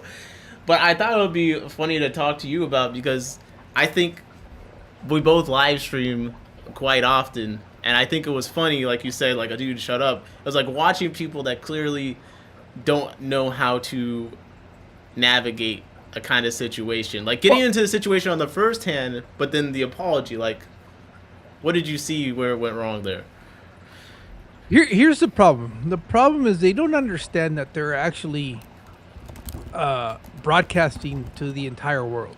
They seem to think that they're insulated and that it's only a conversation between them. A lot of people, I don't know if that's just inexperience or what it is, but sometimes the conversations and the stuff they say, I'm thinking, really, you're really saying this on a live stream? Right. It's gonna come back to bite you. I mean, especially, I don't know, in that format, because like right now that you and I are live, unless you're going vertical, most of the people that are gonna come to the live are people that are following us or kind of know us. They're not randomly showing up. Right. In TikTok, that's all you're getting is just random people scrolling through. So, they're trying to have private conversations publicly, which is the worst thing you can do. Yes. And just saying it out loud. It's just like what private conversations publicly. Yeah, it's just I don't know. I guess it well in a way it serves them right though for doing that. I know people have different opinions on different topics, and that's fine. I don't have a problem with that. Whatever they must have said, I probably wouldn't have had that big of a problem. Knowing who they are, it's either naive because they're young and don't really realize the consequences. Yeah. Ill intended. I just think it's bad timing, and just I don't know. I think a lot of it is just lack of experience. They live in a bubble. They don't get exposed to the rest of society, and they think that they can say these things and have no consequences. And I think that they found out. At least Blue did. But Blue did a terrible job of mending it because he kept trying to justify his reason, and I don't know what was said because I didn't hear that part of it. Yeah. But the lady that was talking to him, she was kind of making, look, dude, this is, it was offensive because of X, Y, and Z. And he's like, well, it shouldn't be offensive because of this. It's like, no, it's not your job to try to justify what you said. Just acknowledge that you screwed up, apologize, and learn from it. But he didn't want to concede to the fact that he was wrong for offending somebody else. And I think that's what kept getting him more and more trouble. Yeah. I didn't stick around very long. I caught maybe about 5 minutes of what was going on. And I said, yeah, I'm gone.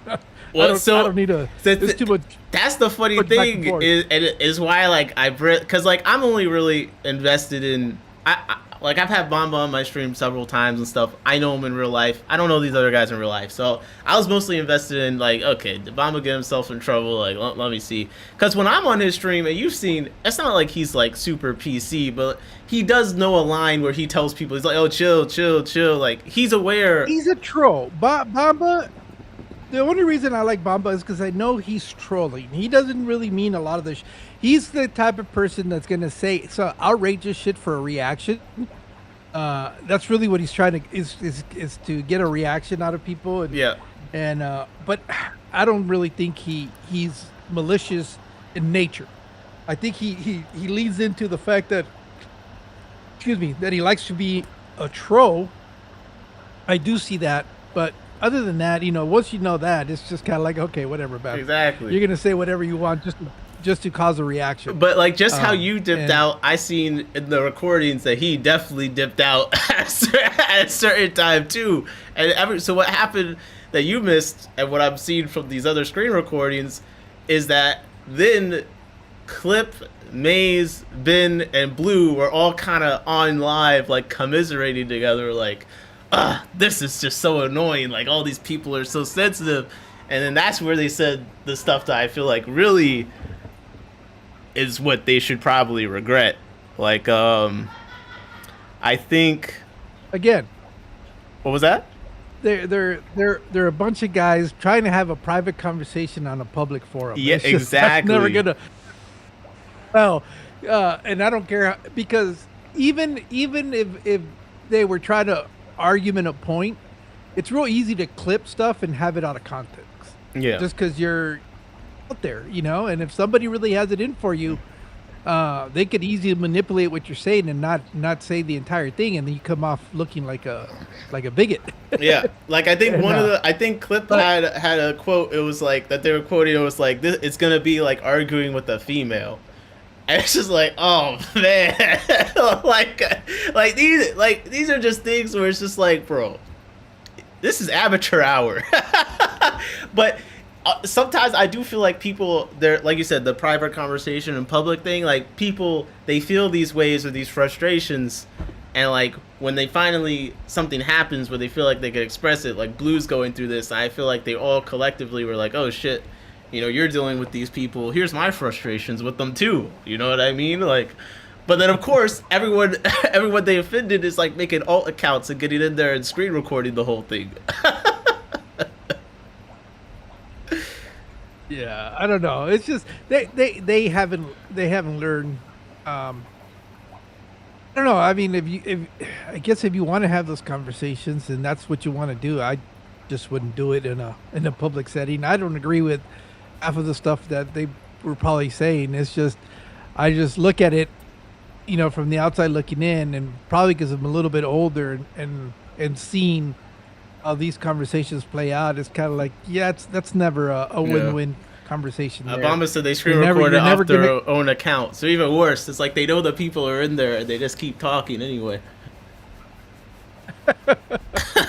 So I don't know. Maybe this will be a learning experience for them, or maybe they just, you know, keep doing the same thing over and over again.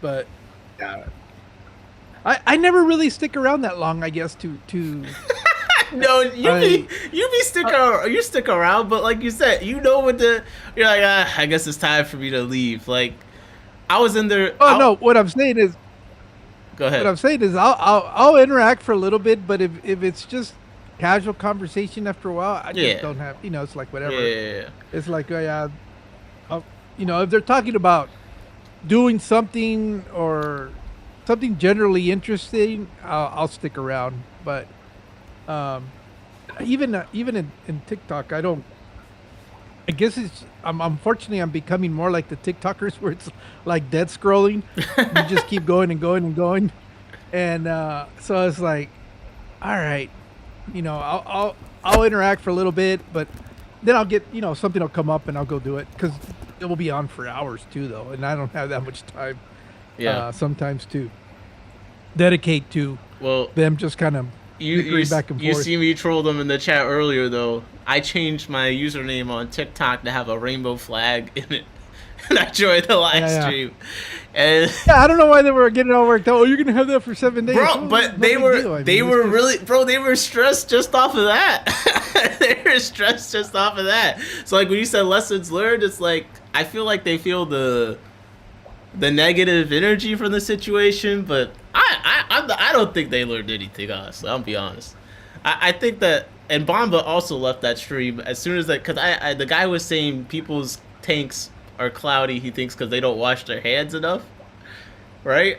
Oh, yeah. That was, yeah. And I was like, don't shake this guy's hand. And he was like, well, I don't want to shake your hand because of your username. And then Bobo was like, yo, I'm out of here. And that's what I'm saying. The self-preservation. Back into it again, huh? Exactly. And then him and Ben are talking in Puerto Rican to each other, you know, because no one else could possibly know what they're saying, you know, like, no one's going to screen record it and find a way to translate it. I'm like, oh, man. When they were talking, I couldn't figure out why they were doing that. I don't know what they were saying, so I couldn't tell you, but... Nothing really. They were just kind of... nothing. It was like insignificant, or else I would have picked up on it. Okay. And then like, oh... You really going there? But yeah, I like trolling people, and like with this situation, I was like, well, you know, I'll just see. Let's give it a little more practice. I'm gonna get there and just do a little troll and see how they react. And they were definitely still stressed about the situation. So you know, I think they're gonna need to work on that.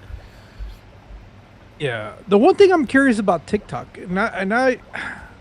it's funny because they say TikTok is not a long-form platform, and that's the argument I keep hearing.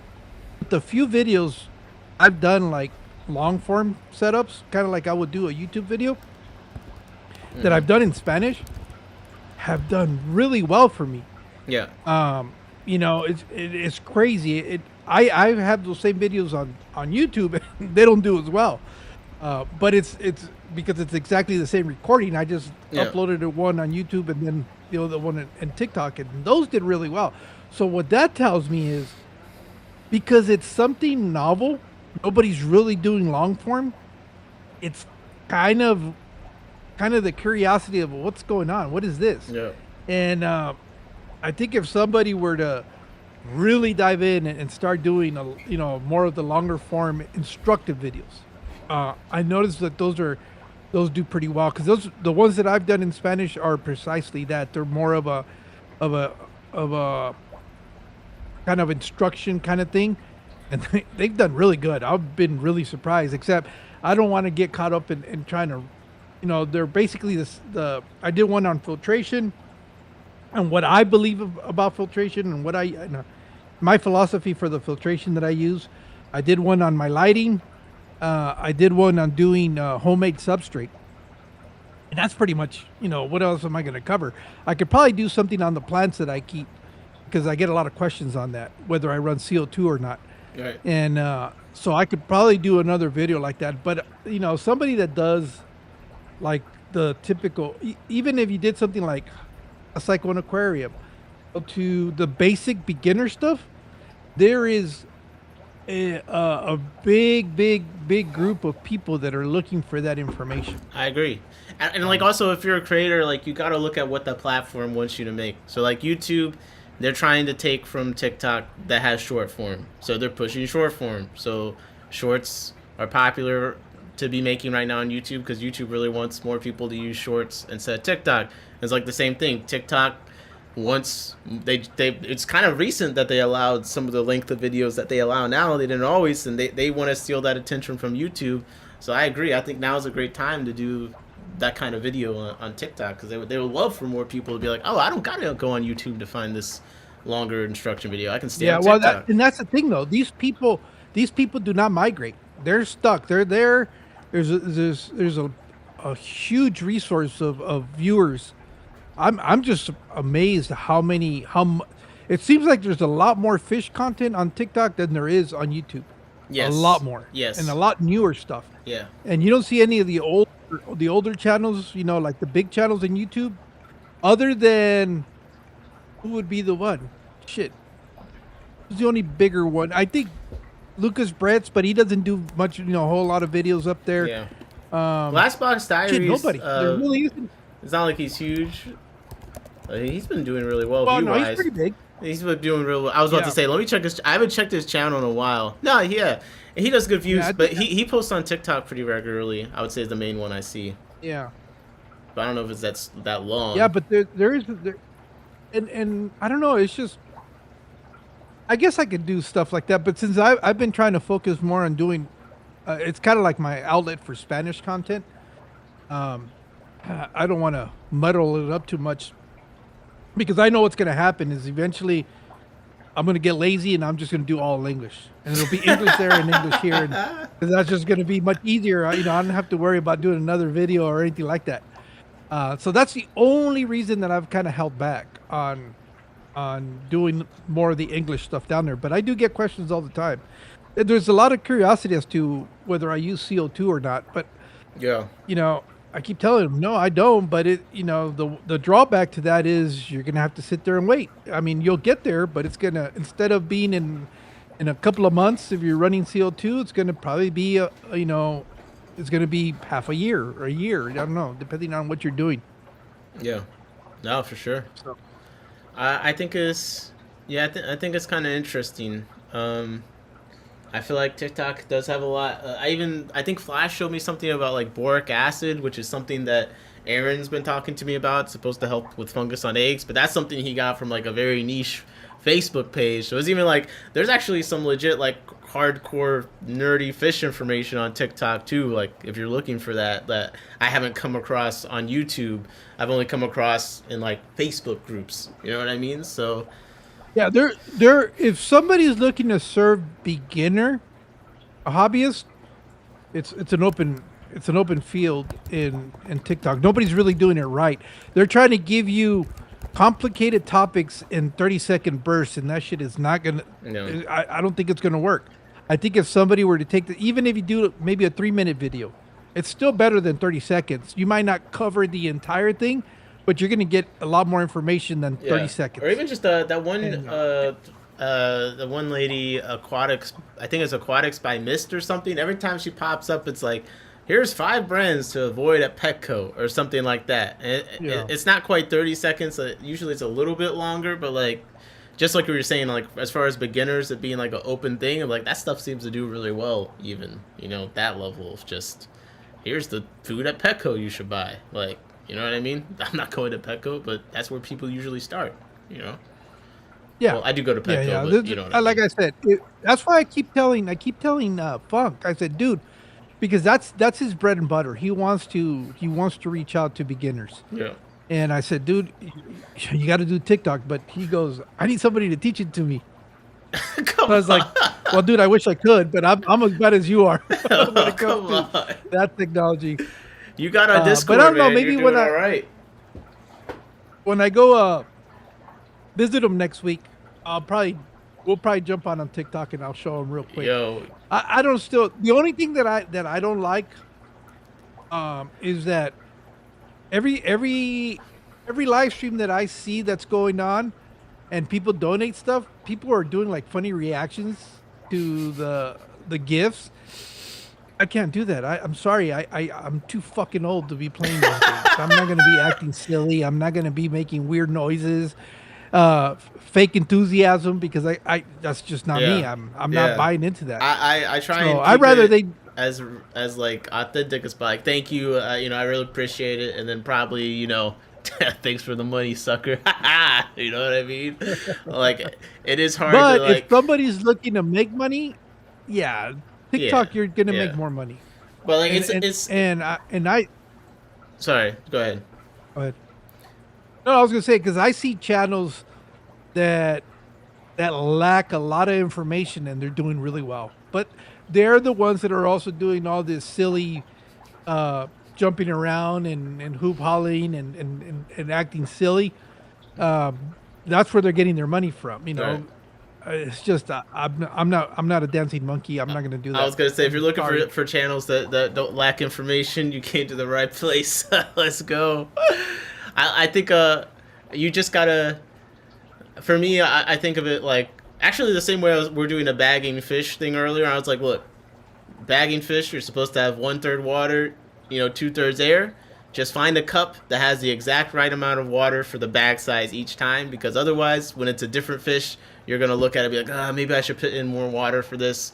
And I kind of feel that way about donations and stuff. It's like you get 10 $5 donations.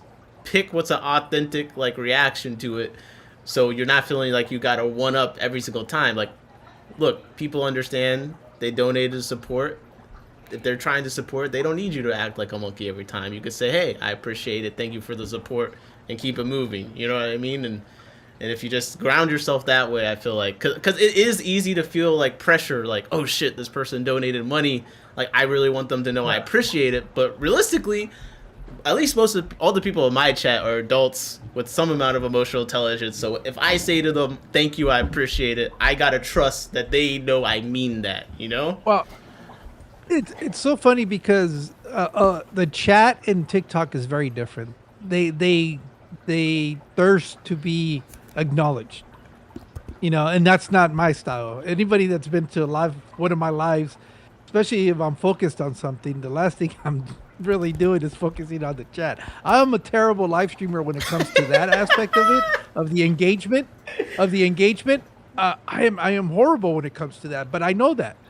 And Right. I think the people that watch my live streams have, not that they necessarily like it, but they've kind of gotten accustomed to the fact that it's like, all right, that's just him. Well, that's why it's important to be TikTok doesn't yourself, like that at because then people, they know what your flaws are. You know what I mean? Like, if you're yourself, Yeah. then they know, they understand, like, okay, this is what comes with Mexicali, okay? He's gonna read one chat every hour, and, like, we get it. You know what I mean? And in TikTok, that doesn't work because they want to be acknowledged every time they come in. If you do that, that's the whole thing. But it's very different because very few live streams are focused on a topic. Yeah. I noticed that a lot of the live streams is just kind of direct interaction with the content, the comments, and acknowledging everybody that's coming in, and you never really get to talk about anything because that's all you're doing is responding to, somebody gifting you a rose or a funny hat or a galaxy or whatever. For TikTok, and then, I know how to stream with depending someone on else. the number. I can't stream by myself. Yeah. Every time I've turned a live on and I'm pointing it at like a tank or at myself, I end up just sitting there like, what am I doing? Like I was gonna try and stream on TikTok before I started this. I was like, bro, this is terrible. I'm just gonna turn on my live stream on YouTube, and then I'm just gonna be able to hang out with people, and I'm not gonna have to sit here and try and. Well, what's up, VXF1? How's it? Oh, you're gone. Okay, never mind. Yeah. Well, that's because they're also scrolling through. Yeah. And then here's the thing, though, and I don't know. I haven't done too many English ones, but the ones in Spanish, they're always wanting you to cure their fish. What's wrong with my fish? I go, I don't know. Yeah, what's wrong with it? What's it doing? And they expect you to diagnose an issue with just telling you, oh, it's doing this and it looks like this, but it's like, yeah, there's more information than I need then, and I'm not going to sit here and troubleshoot what could potentially be wrong with your aquarium. But people expect that, especially because a lot of them are beginners. They're or the typical, I have this X amount of gallons, I have this fish, how many more fish can I put in there? It's like, wow, to start off with, that fish you already have in there is going to go out that tank pretty quick. So I put everything else in there. So there's a lot of those. That's what I'm saying. If you're somebody that's really interested in having those conversations with beginners, that is the place to be, because you get a lot of that. Yeah. Flowers with Horns said most times by the time they want your help, the fishes are gone or already. Yeah. So, it's just kind of, I don't know. And then for some reason, they assume that every single fish that's out there, and you should be able to give them an answer to that. You don't? And it's like, dude, look at my tanks. Look at my tanks. Look at the fish that I'm keeping. I can't tell you about a flower horn because I've never had one. Right. I mean, I can kind of guess the basic stuff, but there's certain species that have issues that are very unique to those species, especially like hybrids and stuff like that. So it's like, yeah, dude, I don't know. I can't help you there. I don't know what to tell you. Yeah. But and I know what they're beginners, because I'll ask them, is the tank cycled? What is that? I was like, okay, that's we need to start with that first. Wow. The reason you're probably having a lot of the issues you're having, the reason you're probably having a lot of the issues that you're having is because you haven't cycled your aquarium. Right. This guy sent me. He got 7 baddest from me from an auction, and it had mixed females in there too. So I think he ended up with 3 females and stuff. But he sent me an email 2 months later that they're all dead, and like I sent him this long email like trying to figure out what and asked a few questions, and then it took him a while to respond. And when he finally responded, it was like, yeah, the tank had more ammonia than I'd like to admit, blah blah blah. And like I saw the picture of the tank, and he said it was a 5-gallon, but he had plants in it. I mean, 5 is small, but the bags are small. I wasn't worried about it. But I saw the tank. It's like no line of sight breaks. They can be territorial. But like the ammonia thing, it was like problem, mystery solved. But it's just like, sometimes people, when you talk to them, he's like, yeah, the moss and the hornwort is really taking off in there. And I'm looking at it and like, yeah, there's some hornwort floating, and there's actually some moss that's like half dead over there and some floating. But like, it's not heavily planted in any sense of the word where it's doing anything to offset the ammonia. So I think that's part of the problem. For me, every time I'm trying to help someone now, I just demand a photo of their tank, because what am I supposed to do? You've been giving me all this information that when I finally look at the tank, the problem's obvious. Like, my tank is shy all the time. The bottom of your tank is reflective. Okay, you got to put something on the bottom. You know what I mean? Like, I think it was Sutton Road Aquatics. He was on a stream and he was showing some fish, and he was like, "Yeah, they're a little shy or whatever." I'm like, "Well, there's a bunch of cichlids in a tank with a bare bottom tank. I could see the reflection from the camera, and there's just a sponge filter in there. Like, yeah, they're good. They're not gonna be very they're not gonna be very comfortable in those conditions. So, I think most beginners' issues. Yeah, no, but it's go ahead. No, I was gonna say it's an interesting I guess platform, because at least I haven't really. Well, that's not true.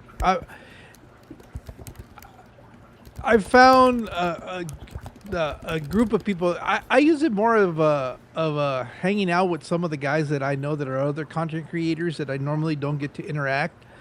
But there is that opportunity being there on TikTok. Yeah. Although the one thing that I don't like about it is how hypocritical TikTok is, because it will censor you for the smallest things, but yeah, you see stuff that's going on TikTok.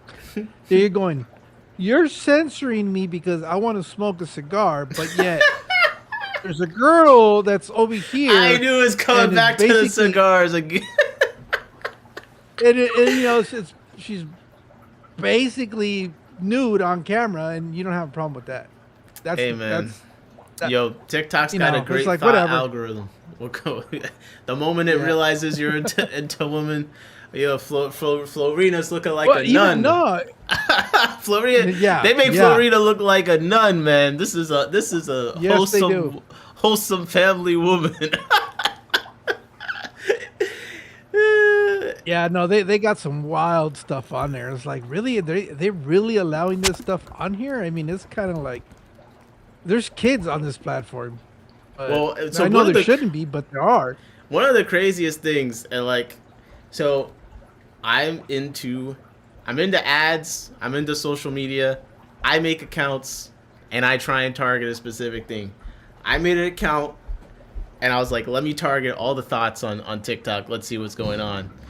And what I learned was incredible. So one, the kid thing, in the comments, there would be obvious kid accounts commenting on these women's TikToks, and they'd be responding. You know what I mean? And they'd be responding. Yeah. And I saw this it was like years ago, and I don't know if you know the term gooning. It's like a mainstream term. But at the time, it wasn't a mainstream term. And I saw what was going on, and I saw some of these accounts where like the girls just turned 18. I saw what was going on. And I said to my friends, yo, I made this account. I did this thing. Look, this gooning thing, I'm telling you, this is going to be the next thing, because all the underage kids are in these girls' comments and responding. I'm like, just watch. And then now it's a couple years later.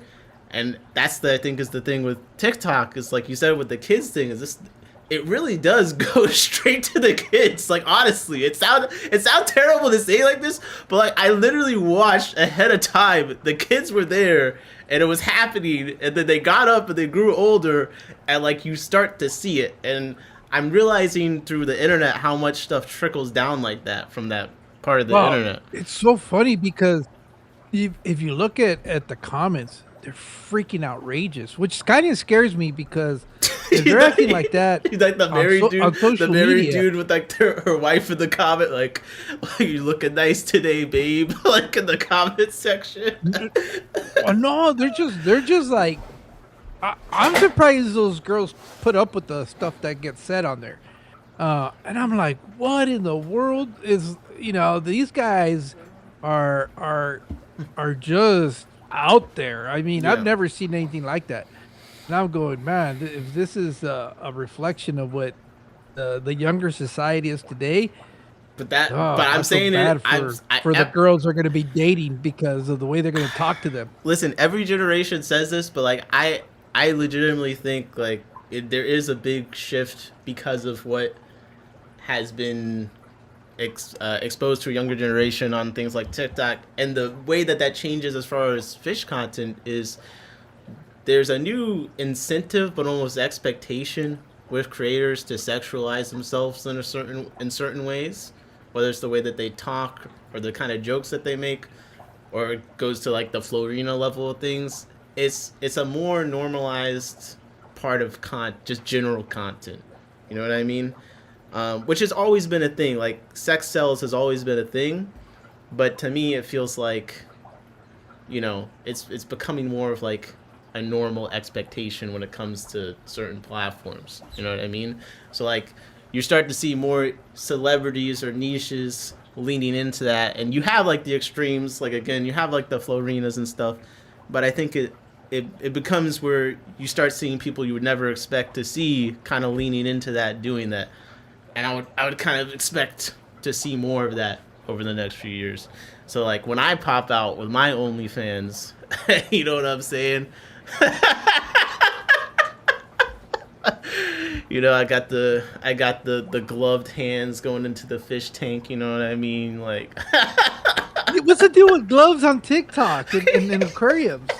I don't know, man. I don't know. There's something about it. That I didn't think that was a thing. Somebody had made a comment once, and it was almost like a meme about gloves and aquariums and TikTok. And as soon as you put on gloves, you automatically got more views. I think that's what the meme was.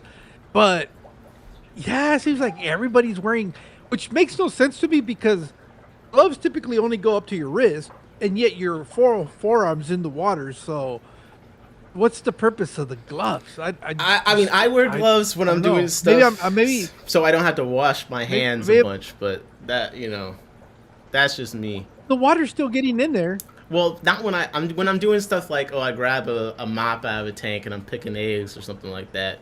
You know what I mean? Like not when I'm putting my whole arm into it. But I mean, I don't recommend my lifestyle to anyone else. That's just something I do sometimes. I've seen them where they wear gloves to aquascape a tank. Yeah. We know it's a dry start, and they're wearing gloves. It's like, wait, you had the really? glove. You had the glove master on clip. Like he got the apron on and everything. Oh. You should have really grilled him about the gloves. Yeah, I didn't think about it. I didn't think about it at the moment. Yeah. I think yeah, I don't know. It's interesting though, like some of the conversations they're having did have me think about like what is the state of the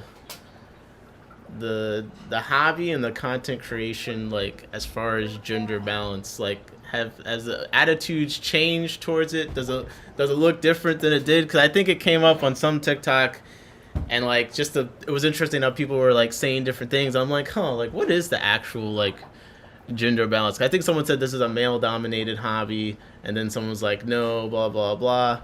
To me on TikTok, I feel like it's pretty even as far as content creators. But I don't know if it's pretty even, but you definitely do see more women involved. Yeah, I was gonna say I see more women. I'll be honest, I see more women making content that actually is like structured and like is gonna pop up and do well.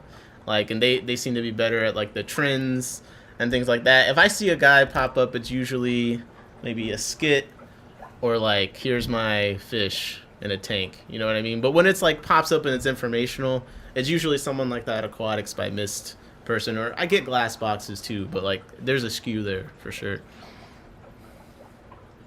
Yeah, but there's definitely seems to be more of a female presence on TikTok, and it's not all Florina stuff. I mean, it's legitimate hobbyists that are sharing what they're doing. There is a lot of the thirst trap kind of content. There's a lot of it, but a lot of it is just regular hobbyists. You know, and then they're talking about whatever it is they're doing, whether they're setting up a planet aquarium or they're dealing with fish or whatever. Yeah. And it's not always bettas either. You know, that's the I was gonna say the bettas. I actually haven't seen any Florina stuff really on TikTok at least, but I've been very strategic with my worse. Algorithm. The ones that I've seen it's just worse. It's like they're dressing up like if they're going to the hoochie club. Yeah. No. My TikTok thinks I'm a woman. I've been very careful, so I don't get that kind of stuff. I get like ads for. I think you're a woman too, but that's a different story. You think I'm what? A woman too? Oh God. Now that would be a plot twist. Come on, let's go. You know, then all the tanks behind me would be better fish. You know, come on.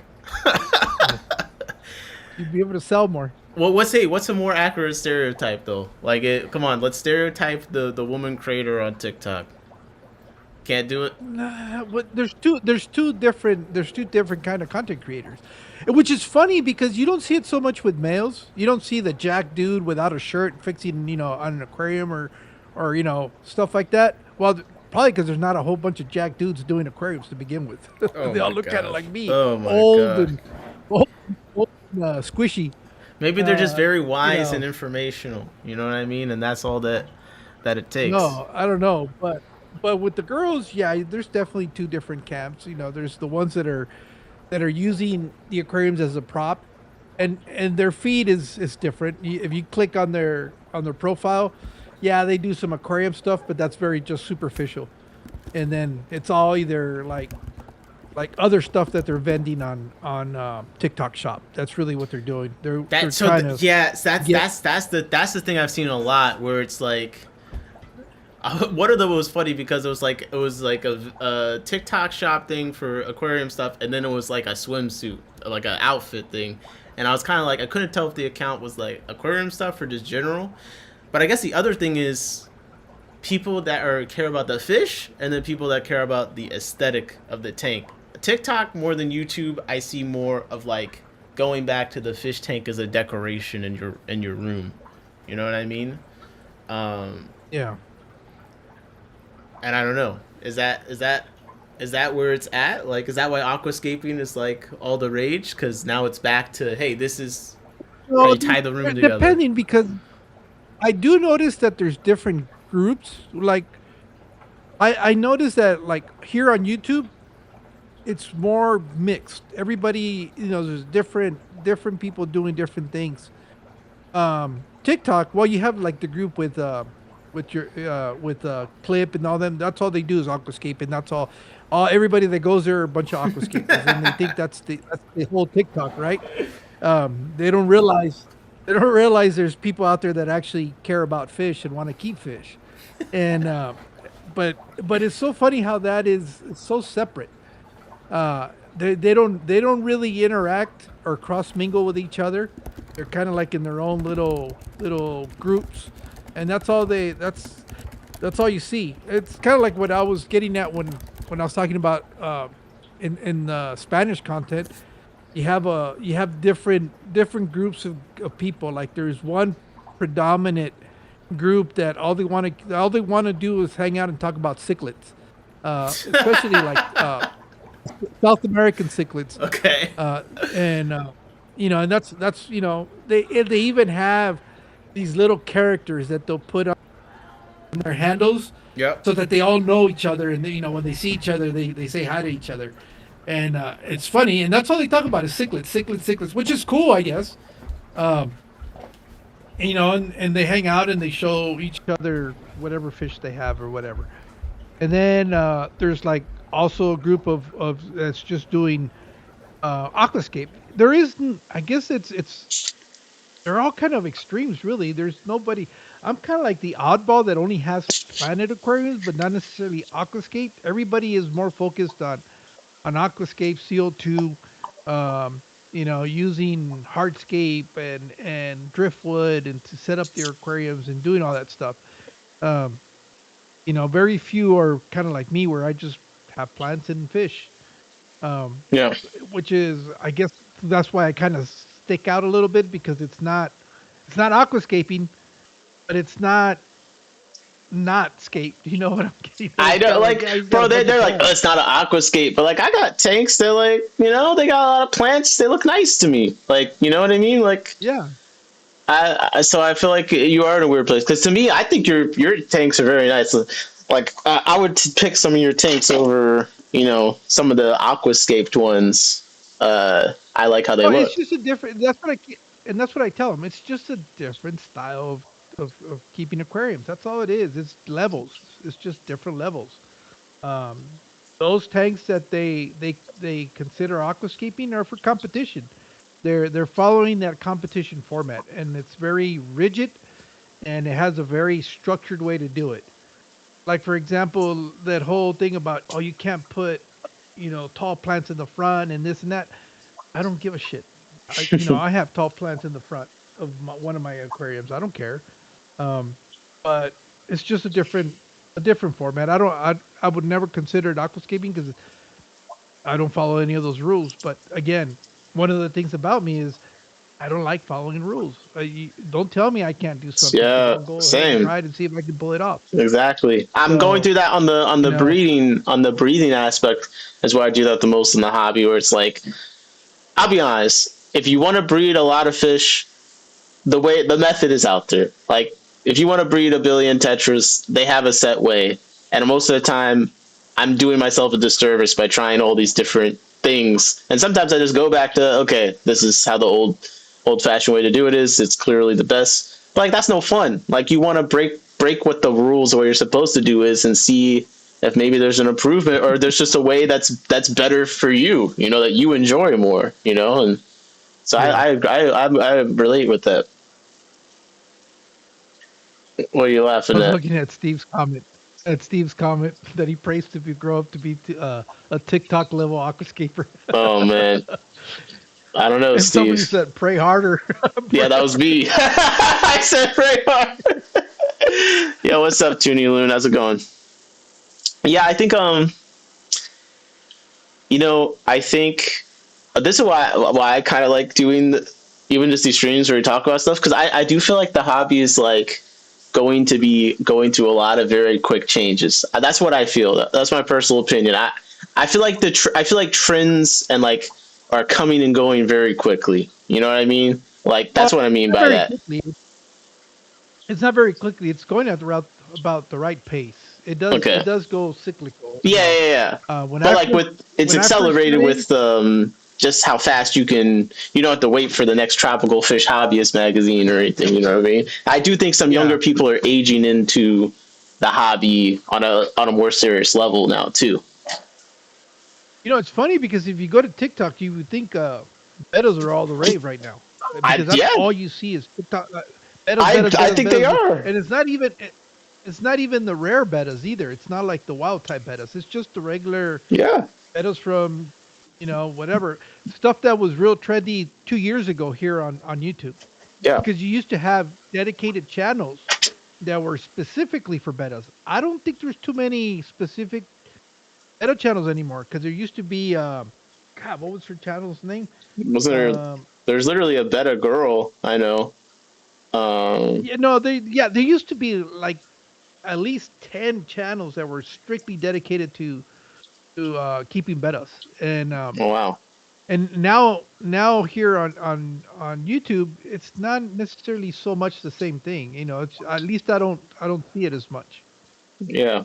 I mean, I think it does. I do sometimes question, like, okay, am I thinking that betters are popular just because I went on TikTok and I saw them, or like, is this really an indication that betters are? I think it's an indication. Like, when I saw the white elephant thing, I felt like, oh, betters are like really big right now. A bunch of people just got them for white elephant gifts, and all of a sudden, people that were never into fish are making all these videos about them, and oh, look how cool they are. Like, I don't know, it kind of seemed random to me that was happening. Yeah, but a lot of, well, no, I'm not going to say a lot of those. Several of those, if you go look at their channel, they'll have one or two videos regarding the beta that they got, and then the rest of it is just products they're selling on TikTok Shop, and so they're just trying to entice people to go check out their profile with the hopes that they're going to go, oh well, they're selling this product here or there, that they might be able to get a sale here or there. That's what I like about TikTok, though. TikTok is really Yeah, money driven. it's crazy. They want you to sell everything. In Even TikTok. small I mean, channels all like are able, like on YouTube, you gotta like at least do something before you, but on there you could have like 500 followers and have these like sponsorships and have a live stream where it pops up with a product. they're And not. but but Yeah, it's they're like you not could real sell, sponsorships. you could get commission off of stuff just built into the app. Yeah, I get all these notifications that if I plug this product, I can get 10% or 15% of the sales, whatever it sells for. But they're not very expensive product either, so you're not Yeah. really going to make a whole lot of money. Justin Justin Turner said bettas are so hot in my area at my swap. I'd say 250 bettas got sold between all my vendors. That's a lot to me for a swap. I feel like among like more casual people, maybe bettas are like back to being that easy pet. I don't know. That's aesthetic. I think a lot of people, it's kind of like it's replacing the goldfish, where goldfish used to be the number one Yeah. fish that people would normally get. Now, what's interesting though is it is a lot more expensive than say a goldfish. Yeah. You can get a goldfish for about $5-6. Bettas today, I see prices on them. They're like Yeah. $25 for one betta. So it's kind of like, whoa, to be your very first fish. I don't know. It's pretty interesting. I mean, you could get some of the cheaper ones, but usually at swaps and stuff like that, it's like alien bettas, samurai bettas, And they look nice. koi's, Nemos. Yeah, it's the really nice looking I bettas, like and they're alien not very betas. cheap. I think also betas have a lot of infographics, like care guides. It's an easy fish to get into because like for us, or I guess for myself, when you're into fish that aren't like just standard, it's hard to be able to say, oh, this is exactly how you take care of it. But betas, it's like there's a lot of information on. So if you're that person that you need a step by step on how to set up a tank for something, then betas is a great fish to get into. Well, it's very convenient because realistically, you could keep a betta in a 1 gallon um, setup. In all honesty, and actually have it thrive and do well. You just gotta keep up with the maintenance and stuff Oh like that. man, Uh, go you get know, this guy, man. The police, uh, get this guy. yeah, I don't. Those fish are not meant to be swimming very far and very much. They're the way they're finishes. Now, if you had a plakat, that'd be a different story. Yeah, yeah. But A a lot of the plakat fancy ones that is going to people move a post lot. videos of, they're the super long fin, can't move. Yeah, and they some of them even have fins that are so big that it almost bends their spine Yeah. because they're so wavy and big. And those fish are not really designed to be swimming a lot in a lot of places. So even Mm. in a 5 gallon is more than enough for those guys. JP And said YouTuber Taylor from Simply Beta is cool, and Sage says yes, she's old school. yeah, she was the one I was trying to remember, simply Beta, but she kind of dropped off almost at the same time that Beta kind of lost its popularity on YouTube. Um, and I say YouTube because it used to Oh be yeah, I've seen her. all the videos there were everywhere, and I know she was like one of the biggest persons that was doing betas. There's another girl that used to judge uh, beta competitions, but she also kind of I haven't seen anything from her. She's out in California or was in California, Yeah. so I don't know what's going on with her. Uh, who else was out there? There was quite a Yeah. bit of channels, and a lot of them are not around. Justin said I bought a King Beta for $95, and then said they're gonna come for you for that comment, Jorge. Well, bro, I don't care. I'll help you out.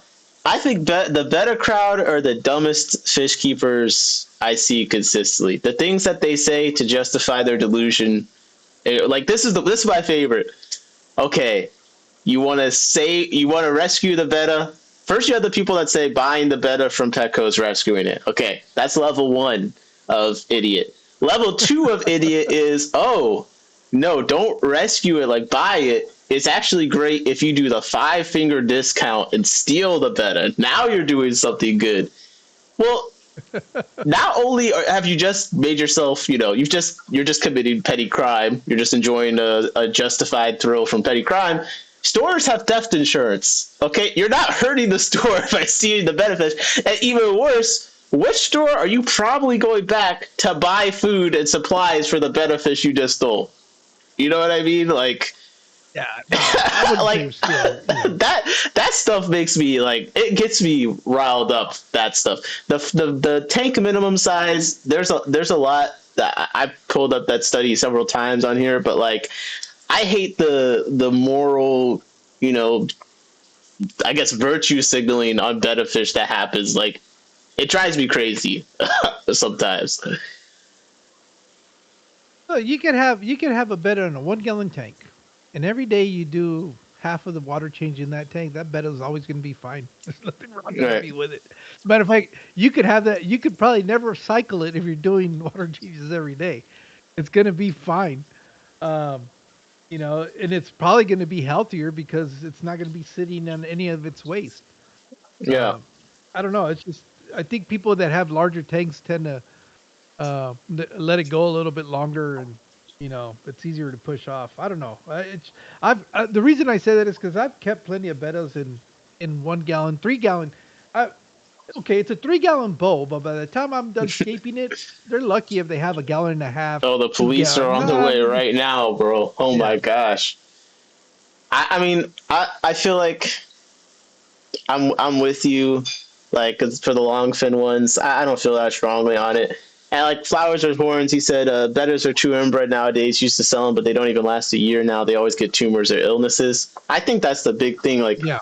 people and some of the alien bettas and stuff. I think they're like Blackwater aquatics. I think in theory they're supposed to be like better genetics, like they're wild type, but they're still hybrid lines and stuff. So people in the chat, let me know. But like, I think if people want to really improve things, they just start buying bettas from places wherever it is that they're being bred to be healthier. You know what I mean? Yeah, I just think the tumor thing is that's usually what they die of. They don't really die of old age. They end up dying of tumors. Yeah. Most of the ones that I've had, that's kind of been the case, Yeah. and they go blind. You know, it's That's just, but sad. it's just genetics. I said, but Poor genetics. I said rescuing a betta, you're rescuing like a hospice patient with a bad temperament. Like you're just buying a fish that's already doomed to it's not bad medical. temperament if they're by themselves, because they're not. I never kept them with anything else. Mm. I mean, I would. So are you I'll tell you what are I you like. on team keep the betta by itself in a bowl basically like that to you? That's like, why would you put the betta with anything? Just put it in a. No, I've as a matter of fact, the last that I had them in the 75 with barbs. Ooh, okay, Because 75. Now that's a and, good betta size tank. and he was in there because I had broken down all the bowls and all the tanks that I had, and I needed to put him in the tank. So he was doing fine in there.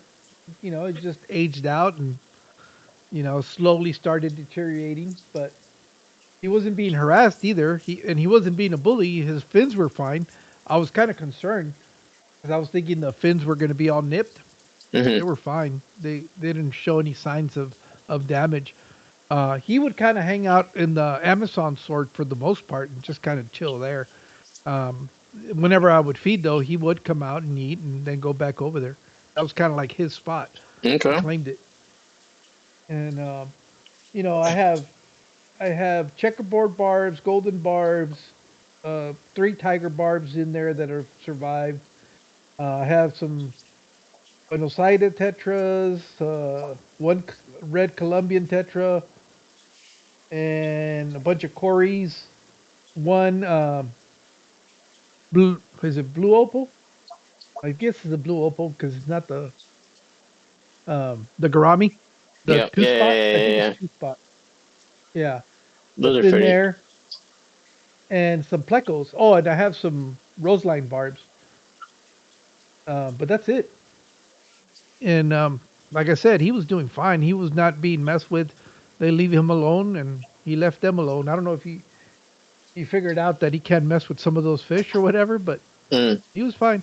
He would always kind of find a place to go and hide out and hang out.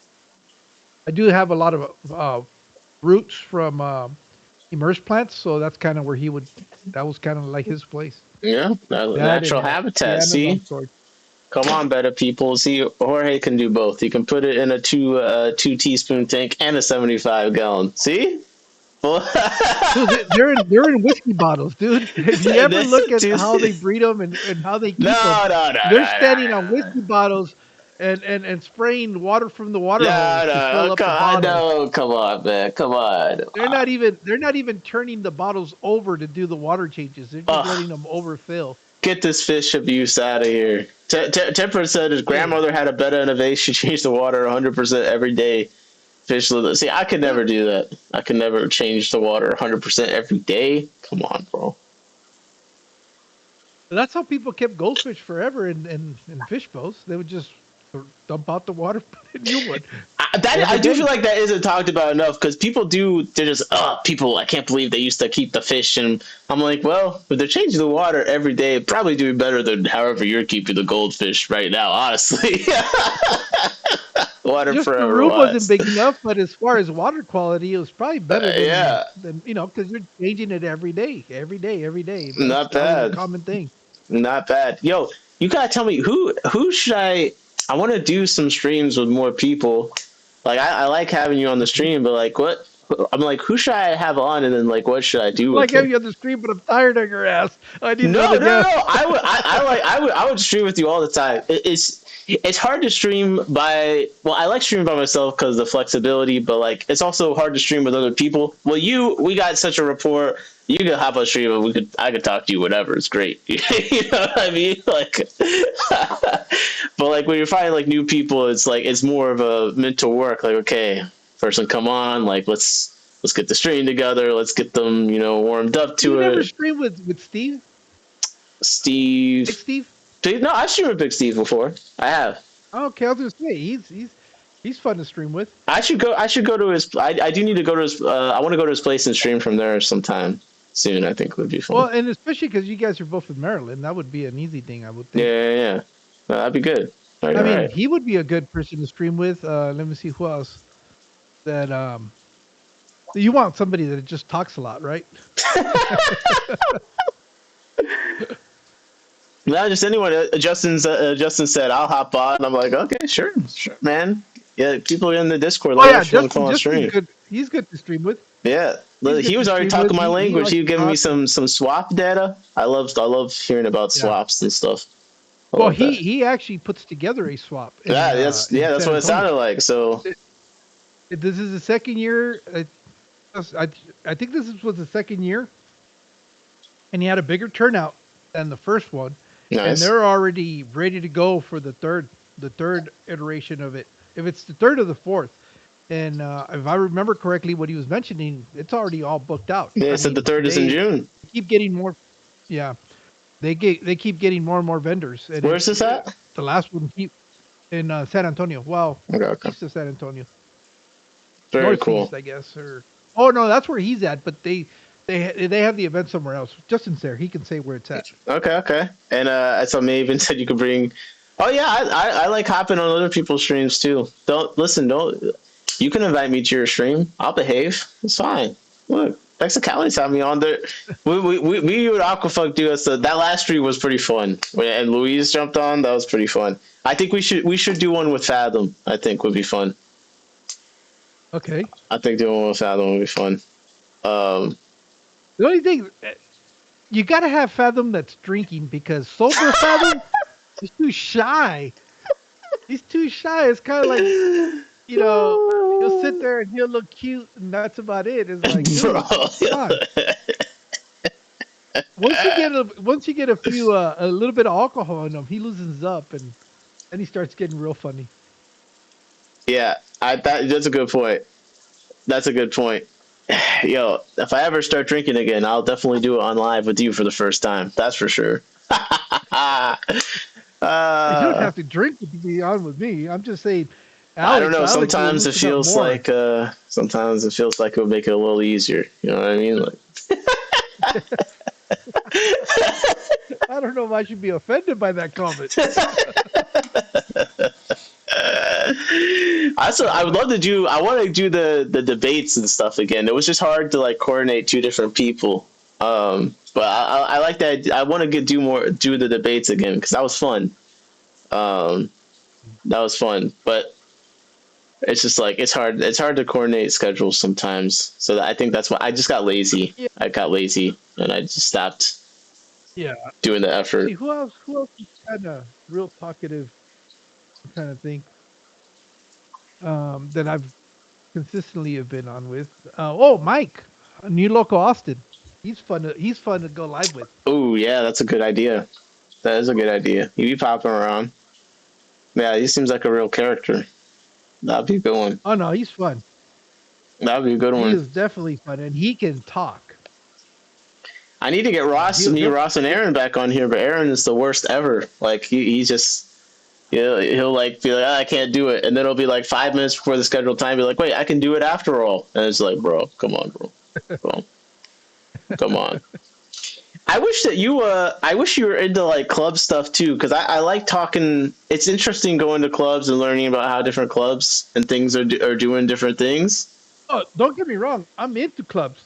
Yeah, I know. It's hard for me to get a club. Yeah. That's because you seem like the kind of person that like you would enjoy it. You get in there and I think that's one of the funnest things of the hobby for me is because all my friends go to the club. Now I have friends IRL that I can hang out with. So it's a different thing than Yeah. the online.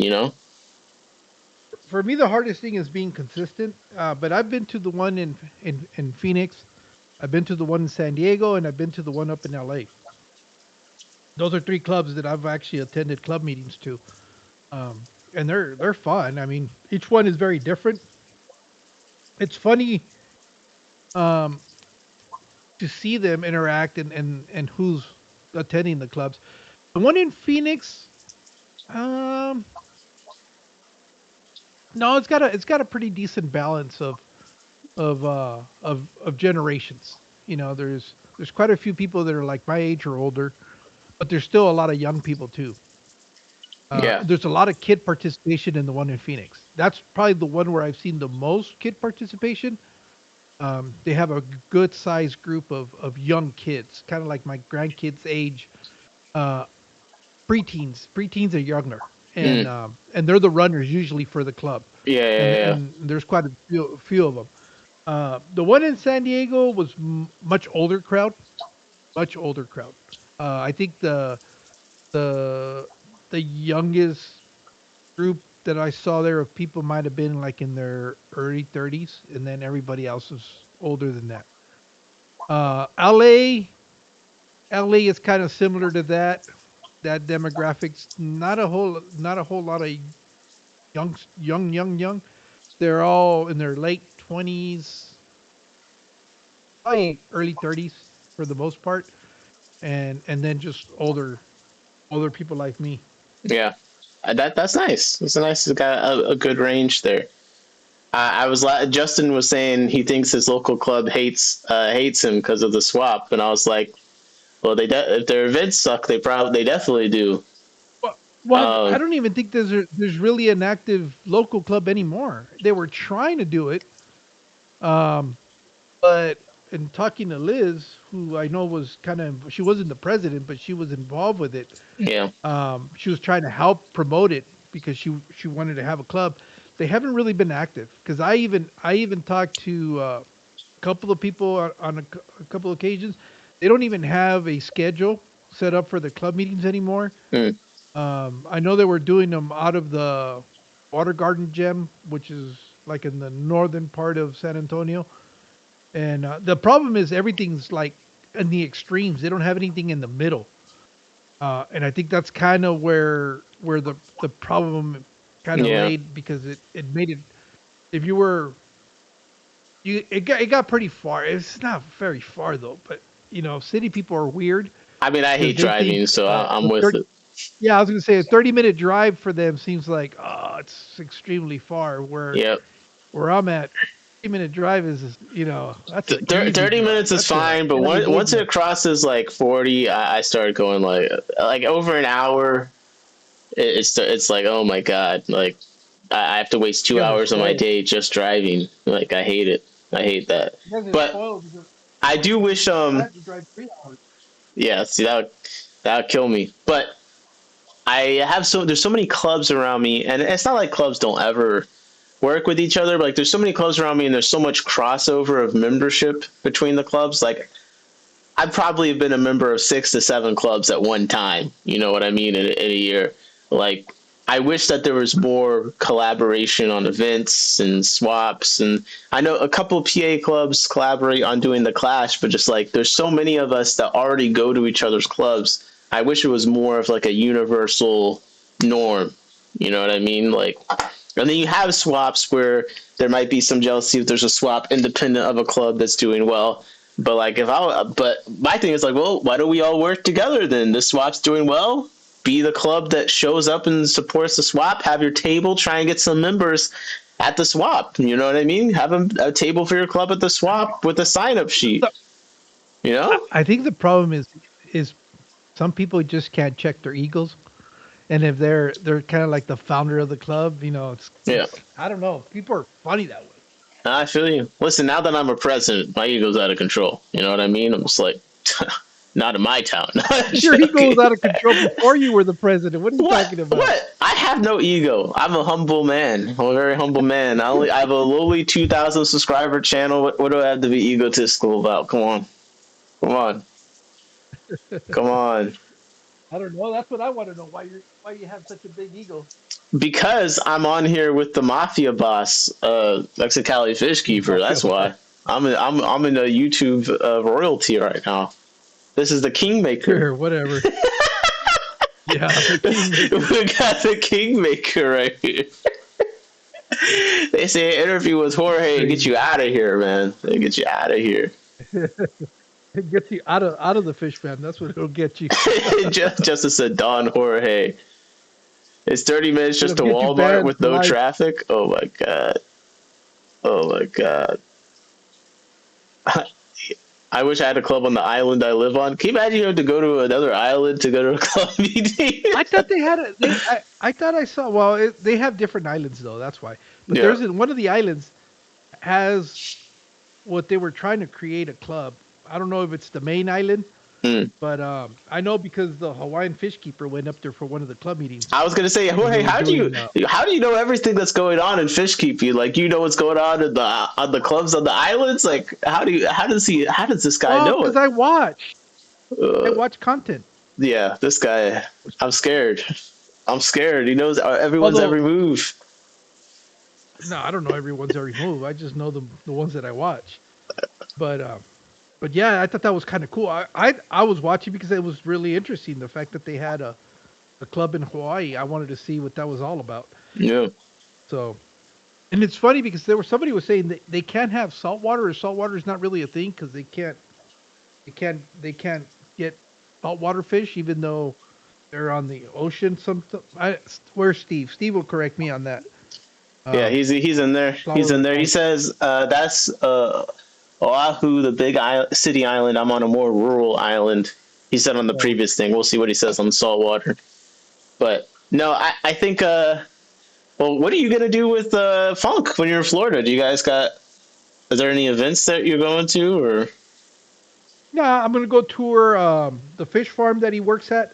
Basically, I'm gonna go look at the spots. I'm going to the Dan's Consolidated Fish. Nice. I'm gonna go check that out, and then I'm gonna go check out the store that he helped open. And then I'm gonna tour Funk's fish room. Are we gonna get to see then he these wants to things, or break are these into- gonna be like private experiences? Are you gonna Oh no, I'm gonna document it? You know what? I'm gonna be lazy. I'm gonna be real lazy. And I'm gonna do a No. live stream. Yes, let's I'm go. You know, it's funny because earlier we were talking I'm gonna about do a live chat engagement. I saw Funk was live the other day while he was driving. I shared the link. I was like, I've never seen Funk respond to the chat so well. He said, "You guys kept me company on the way to Consolidated." Yeah, He's so yeah, funny. he does that. He is always live stream. Not always, but he regularly live. I get it though. streams That's why I from his kind of like spot. the TikToks, because if there's a bunch of live streams that are always going and there's people that you can pop in just like say bullshit with, it is nice when I'm doing a task. Like, it's different than listening to a podcast. Like, I do like to talk while I work on things, but like there's not usually Yeah. someone that's also got time to talk during work hours, but I happen to be able to talk during work hours while I'm working. So, you know, that's one thing that's nice about it. But so you're gonna live stream Consolidated and all that? I don't know if I'm going to be able to live stream from there because every time that Funk tries to go live, his signal's real shitty. So I'll see. Okay. But I'm definitely going to do a video. Okay, because I definitely would doing love a to see video. that. I'm going to do a video of that. If I can't live stream, if the signal's good, then I'll live stream it. What else? From his house, I'll probably be able to do. He wants to do a live stream from his house on his channel, but I'll also do a tour of his tanks, and then I don't know. We'll see what else we can figure out to do. What other kind of Okay, trouble we can I get look into. forward to that. That's gonna be fun. Also, Flowers with Horns said that they can keep saltwater fish, but coral is illegal, and that's why it's getting the Oh, okay. macroalgae, which is kind of crazy. Coral just straight up being illegal, but it makes sense. It does make sense. I'm glad they take it I knew there was seriously. an issue with. there was an issue with something with saltwater, because you would think that being on an island that would be real easy, you know, just Yeah. go pick the fish out of the ocean. But Us. I know there was some restrictions on some things. As I said, can't wait for that live. Yeah, Mexicali in Florida with Aquafunk. That's gonna be great. That's gonna be fantastic. Yeah, I'm also going to be under the clock though, because my wife is with me, so I don't know how much she's going to tolerate of me doing fish stuff. Yeah, I'll probably be like, all there's a right, lot of good weather to waste, a lot of beach and scenery to waste on just fish all the time. Like do yeah, something else. I think I want to yeah. go to more events and do some traveling and stream from places this year. I think I'm going to start going. I'm going to start doing. I'm going to definitely try to start doing more events. Um, uh, this year, I think the event that I picked is actually going to Mexico City, which I'm going to Ooh, go to. Well, I'm going to Florida, and then I'm going to Mexico City in April, and that's going to be really interesting. And I kind of chose that because the opportunity kind of showed up itself. Everybody else has kind of done the regular American sides. yeah, I think this will be something very interesting and different, because I don't think too many people have seen what happens or what kind of events are in Mexico. So, yeah. and if you see them, they're in Spanish. I'll be able to do the content in English, and so I just think it'll be interesting. So I'm gonna do that, That'd be cool. and then I've got to get out to Anaquashella. That's got to happen. I don't know if it's gonna happen this year because they're not coming to LA. Yeah. Um, and I think this year I'm kind of spent out already on the amount of traveling that I'm going to be able to do. But we'll see. We'll see what happens. I'm hoping I make it to Aquashella, New Jersey, but it just we'll see how I'm feeling when it rolls around. It's a short drive for you, isn't it? What is it? About a 6-hour drive? It's relatively short. It's not too crazy, but What is it? 6 or 8 hours or less yeah, than it's like that? do I want to burn? I might not feel like burning a weekend doing that. You know what I mean? Like sometimes it's like stuff is relatively close, but I don't have the energy. Like LRB and Corey are coming to the James River Aquarius Society to speak sometime soon. But I was like looking at, I'm like, I don't feel like it's like an hour, 30-minute drive. I don't feel like going. It's like $30 a ticket to see the talks if you're not a member. I was like, I don't feel like doing it that weekend.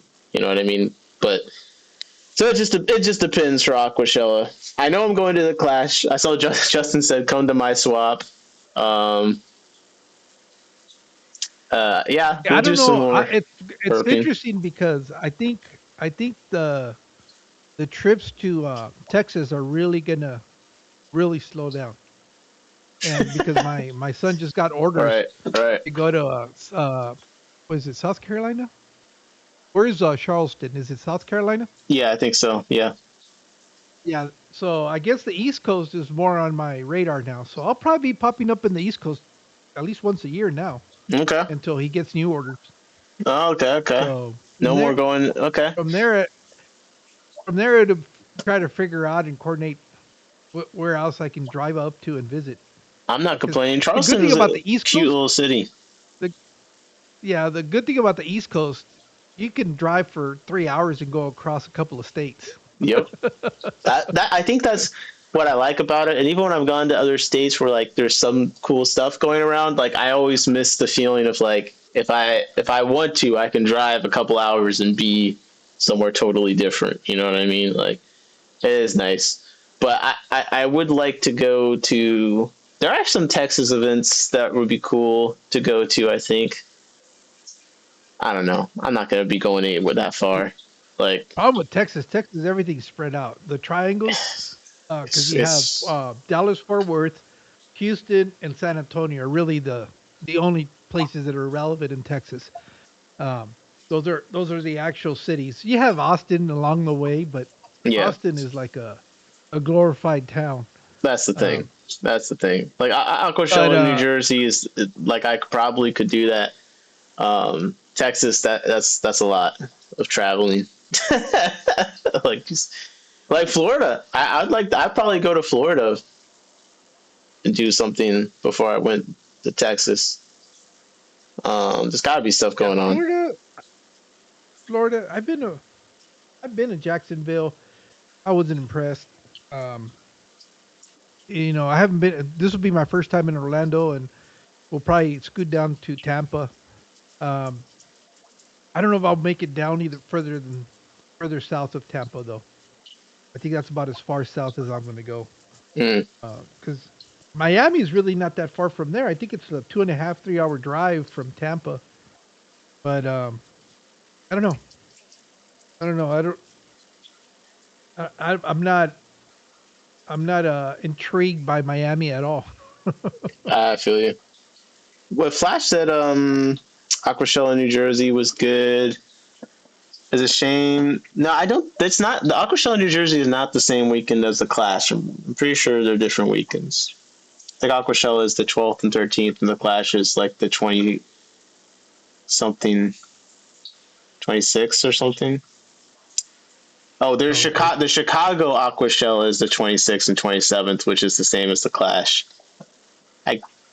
I guess that could affect it. That's far enough away, right? Like, Yeah, it's not going to affect Aquashella at all. it's not going to affect Aquashella, but would it affect the Clash? Is what I'm asking. I guess it No, could. no, because the people that go to the Clash don't necessarily go to Aquashella either. Mm. And although Aquashella, I just got. I guess I can reveal this information. It's not. It's not. Oh, secret. here we go again. But Aquashella is reverting back to what Aquashella was at the beginning, where it was more content oriented, driven, where they had the content creators be more involved and more participation. Now that George has got it back, he's being a YouTuber himself, he understands the power of. Wait, which YouTube channel is that? It's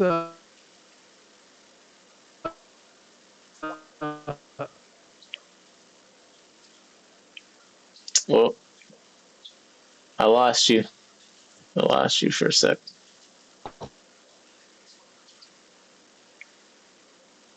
Coral 12G. Oh, you're back. Coral. Yeah, I think it's Coral 12. Gotcha. Yeah, he put it up there. He's the owner of Aquashella, and the way he made his money was because of YouTube.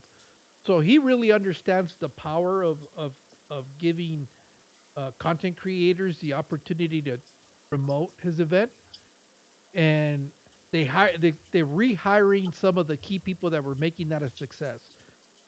Carrie is back on as the coordinator for the content creators, and she's actually been reaching out to some of the people and inviting them, especially in close proximity to the event site, and personally inviting them to attend. So, and from what it sounded like, it's we're getting the Mexicali invite. Come on, bro. They got check in. They don't have anything on the West Coast this year. The closest thing to the West Coast is Dallas. Yo, they gotta fly you out. Come on. Nah. Come on. No, what are they gonna fly me out for? The only way would be if I was doing a talk. The Kingmaker. Kingmaker, come on. I don't think so.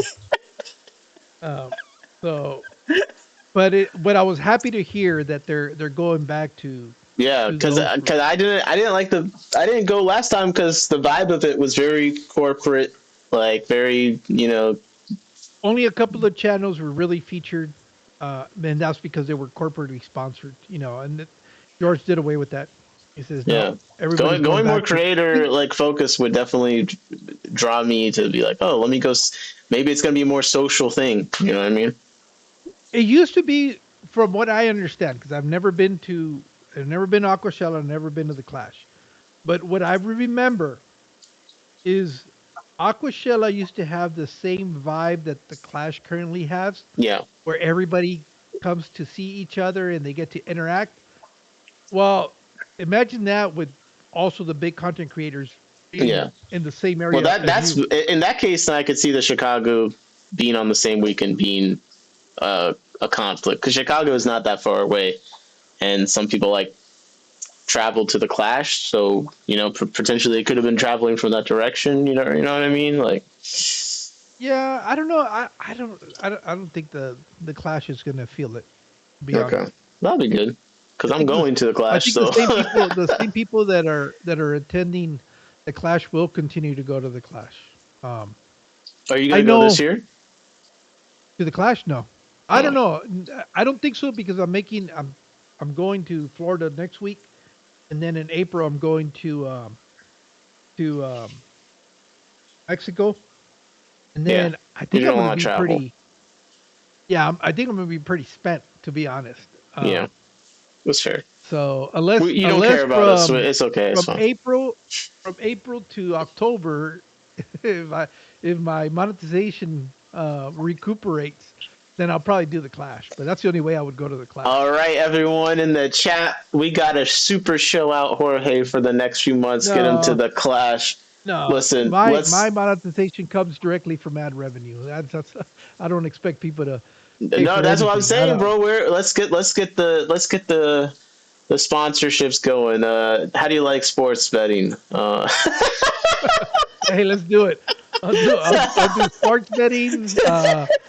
I'll He do said, let's ED do it. medication because everybody seems to be Yeah, doing ED medication. let's Uh, go. who else? Who else is out there? I'll do something for hair club for men or something like Oh that. man, yo, Even you though I you don't have any hair. basically all the Florina viewers are just getting excited right now. You're just hitting all the targets for. What else keeps popping up? Cholesterol medication. Let's go. Yeah, JP said, let's go. Come on. This is what I'm talking about right now. Steak and rhino pills, Tipper Yep. says. Perfect. I The don't know if blue I could ever chew. go to one of these way too many bald guys with beards. Might go blind from the glare. Yeah. Tipper, are you not blind? I mean, bald. You're on. There's a bald with beard fish tuber manifesto that Bob and Captain There is. Moonlight How many maintains. bald bearded fish tubers are there? It's That's a lot. you see, it used to be it used to be the original ones that it was Ed, but he always wears the bandana, so you can't tell that he's bald. He's cheating. Um, Mm. and then Jason from Primetime. Yep. John used to not have a beard. The beard is relatively new for John, but he only had like a goatee. Okay. Now Okay. he's got a full beard, I think. So that's another one. Let's see. MNC, he's bald and bearded. Damn. Scotty is bald and bearded. Who else? Who else? That's true. Who else is bald and Who else is bald and bearded? Me. Um, He finally got the. I'm trying to find because there was a spreadsheet that they had made. oh, is there? Yeah, there's a spreadsheet. You guys. And let me see who else. Who else can think of? I know MNC, Scotty. Who am I missing? Who am I missing? Who am I missing? Come on, Well, man. Funk, but he doesn't really grow a beard. He's just bald. Um, he just lets stubble grow and then he'll shave it off. Great. Lucas is not bald. He's balding, but he's not bald. I don't. Let's see who else have they put on there. Skipper. Okay. Yeah, technically Skipper is bald and bearded. Although you would never know because he's always wearing a hat. He's one of those bald guys. He's a Shane bald guy. I Let's had see to go way that. What do back you think? If you're when I bald, started. like, should you just? You gotta always. Oh yeah, Matt Aquarist. What's his name? Chris? No. Okay. Wait. I Big got Chris? it. Big- I got the spreadsheet. Hold up. Let me pull All this up. 1 second. Because right now Yeah, Jorge Chris Biggs. That's who it is. is racking He's his one of the brain. OGs that was bald and bearded. Because he's been around for a while. There we Yeah, it go. would be him, Ed. So and right now Time. I'm sharing. Let me share it. So I think there's 30 people on the list currently. It looks like. So I just shared it with you. When did Funk join the live? He's in the bottom. Let's see. So number 1, we got Alex G's Aquarium Adventures, Aquascape Odyssey, Meadow Brown Waters on here. We got Chris Beto from the chat. Oh, Beto. Yeah, That's right. He is bald. I didn't know he was bald. And they got descriptors. So the bald is he is bald and has stubble. We got Chris the Mad Aquarius Biggs. Okay, are we considering stubble or are we going beard? I think it's supposed to be beard, but like maybe it was just short at the time. Chris Tropical Fish Co., Cichlid Charmer, Donovan's Tanks. They put Easy Smeezy in here. Oh, they put Aaron in here. That's Black Planet. Everyday Fish Keeping, Fresh Flow Aquatics, Garage Aquatics 2023, Giordi Scaper, KG, Lush and Salty Aquariums, MT Fish Tanks, Mexicali. Lush and Salty. Oh, that's right. He is bald. See, they're dedicated to it, man. This is Captain and Bob. They're dedicated. Mexicali Fishkeeper, number 20. We got Michael's Fish Room, Mixed Fish UK, Phillips Fish Work, Plant Life Project. Oh, they said that partial. And the descriptor is this guy bald enough? No, you gotta be bald. This is what I consider bald. Okay. Not if you are letting your sides grow out, you're just reluctant. I feel you. Shaved. Primetime Aquatics, PT Aquavision, Rock Hill Aquatics, Stubbs Aquatics, Temperate Tanks, and Tropics and Glass is somehow on here. Considering that, then there's a guy that wears a toupee that is a horrible toupee. And I'm like, dude, what are you doing? Just pull the carpet off, dude. Let it fucking go. Pull the carpet off?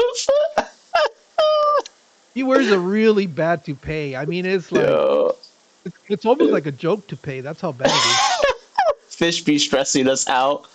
I'm bald, but toss the beard. Too much time to service. Oh my gosh, bro. I had a goatee. Aquatics, Steam Fought. Is he bald? Or he shaves his head? There's a difference. If you shave your head, I don't think that counts. Because you're choosing. I mean, if you can grow a full head of hair, that doesn't count because you're just choosing the look. I don't have a choice in the look.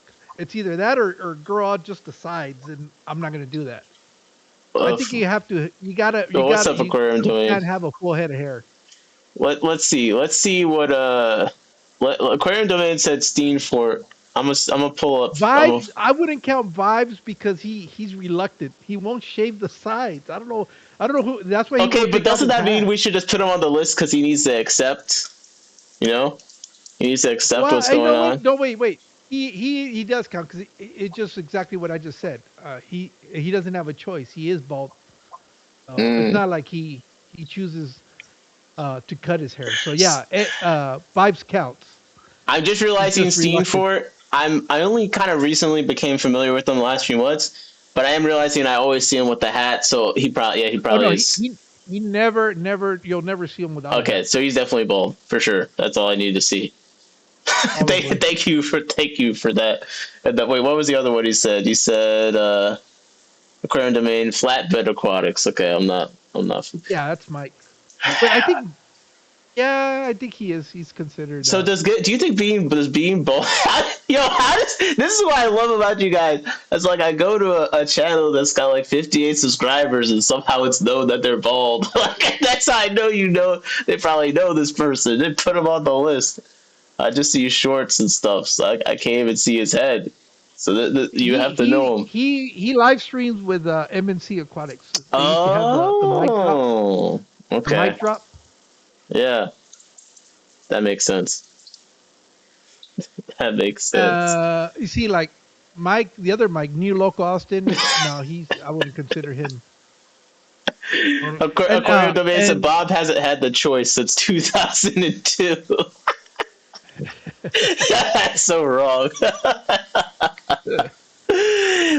okay, what? Come on.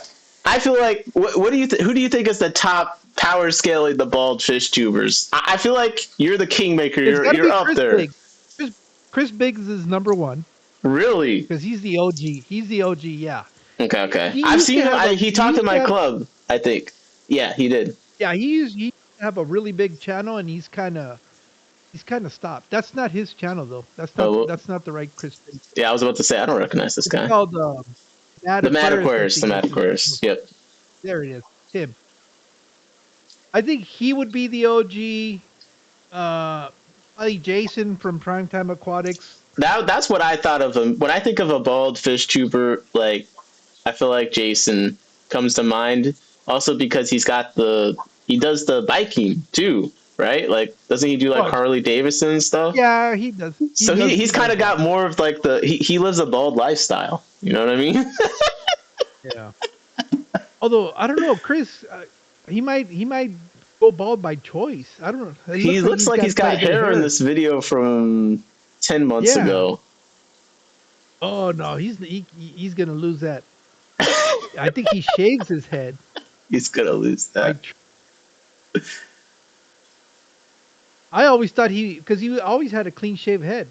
So now I'm trying to second guess my choice. Okay. Well, that's not the He worst. looks like he's definitely got more hair than I do on the top of his head. I mean, we might have exposed him for not being a true bald one. Yeah, Mick said a he bald was a lifestyle. fashion- He said a bald He was lifestyle. a What the fashion hell? statement. Yeah. Yeah, he was a fashion statement. Don't pretend like you don't know what a bald lifestyle is, man. Listen, I don't think there's anything more bald than Harley Davidson riding a motorcycle and being super buff. That's like the most bald thing possible. Come on. And come on. Yeah, but I think Primetime, he says Primetime shaves too, but I think he won't grow. He's like me. He won't grow hair here. It's, it's gone. It's like Dan, but Dan can't grow a beard, I don't think. Yeah, I don't think I don't even think he has stubble, or does he? I don't know, but yeah, he would be another one that's a bald YouTuber. I was gonna say, was it do Mormons allow facial hair? I thought it was a thing I thought it was a thing where they tend to be more clean shaven. That might be why. I think it's the Amish can't have upper lip hair for some reason. I don't know why that is, but Interesting. they can have a beard. They just can't grow a mustache. Okay. Got you. Unless that's a fashion statement, and not a religious thing. Flowers Tutorial says Primetime shaves too. He said when his beard turns white, he's going to grow his hair out. Oh, okay. It's kind of. This beard is already white. I was about to say that sounds like betrayal to me. Come on, man. I just feel like when I think of bald fish tuber, Primetime comes to mind in a positive way. I'm like, yeah, this is a good example. This is what, and he's got a bigger channel too. So it's like, see, this is what you can aspire to. The one that's going to join us pretty soon is Kyle. Kyle from Outside In Aquatics. He's rapidly getting there. I mean, he might be able to AI some hair on by the time that happens. You know what I mean? There might be an escape hatch. There might be an escape hatch.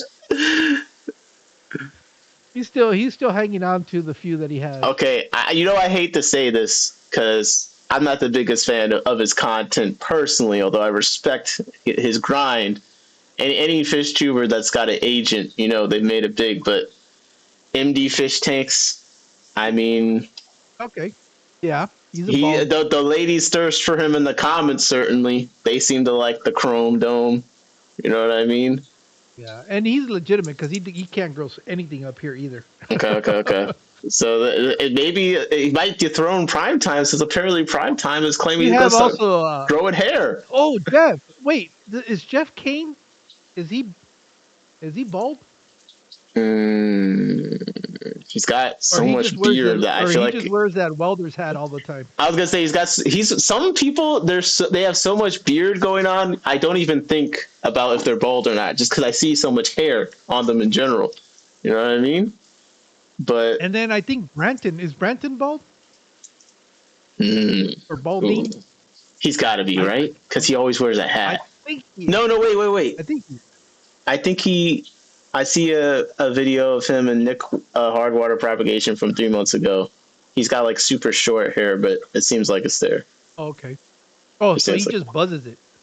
yeah, He just wears a buzz cut. Okay. yeah. But I mean, I don't know. I don't know. I mean, Who else is part of the fraternity of bald men? I'm starting to think like, should I shave my head? Oh. Like, is this what I need to do? Like, Jeff Pelham is also bald, but he doesn't grow. Does he grow a beard, or or he just dyes his mustache? guys, yo. Oh, well, he's live right now. So like, let me. Oh, No, he's got. It looks like there's some hair involved in the situation here. I feel like I've seen hair. No. He can grow hair. Yeah, there's hair. There's hair, but it's like it's floating above his head. You know what I mean?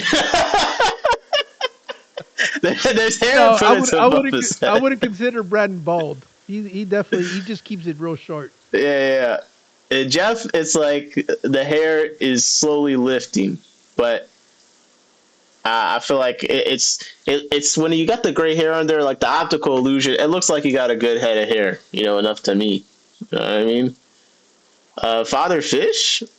Look, if you can see the person's thoughts, it's not a full head of hair.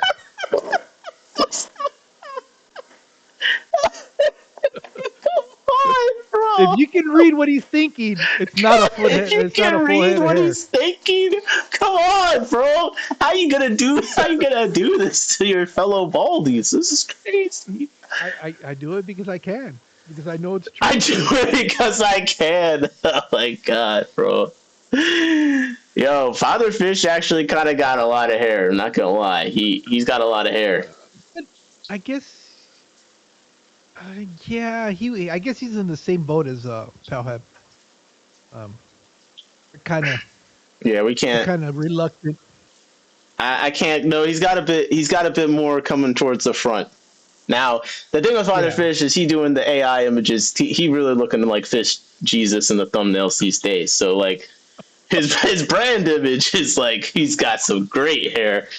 So he's got a better team working on his public perception as far as the hair goes. Yeah. But I mean, he still got something to comb over to the side. So yeah, I can't hate on that. On the fact that I can't do that. I can't. There's nothing to comb over. No, you got to do. I think I can let this grow. I'm gonna let this grow up, and then I'm gonna comb it over. I'm gonna braid it on the top. Yeah. Beard down up. I think that would be cool. Bro. And with the fedora, come on, Kingmaker. I'm telling you. Do the pork chops. Aquarium Domain said, "Who had bald head tangent on their bingo sheet?" Well, I did say that the stream could go wherever. Mick said, confirmed from a friend who can send you Malawas when the temp is lower. Let's go. Lower? Wait, you want to do it colder? Okay. What's up, couple fish? Mick said, if you can see the person's thoughts, legendary comment. I mean, feel free to suggest your own tangent, but listen, bald head is something that's very essential to fish keeping. Like bald and fish go together like peanut butter and jelly. So we got to talk about it. Come on. Yeah. Well, I guess. I mean, there's not really a whole much to talk about other than we just can't grow hair. That's all it is. No, there's a lot. Listen, there's a lot. We just talked about it. Now, I do feel like there is some realm where being bald, I feel like, gives you more credibility. I'm not gonna lie. Does being bald and bearded allow you to get away with more bullshit? Because yes, you know what you're talking about. Yes. Why do you think you're doing it? A Kingmaker? I'm telling you, bro. Come on. And then you throw the cigar in there. Now, see, I think MD's fish tank's weakness is, like, no offense, and this is part of why the ladies like him, but he's got a softer vibe to him. So to me, I don't think he can be the top of my bearded with bald. Like, I need more of the Harley Davidson bald situation going on here. Like, I haven't seen him smoke a cigar.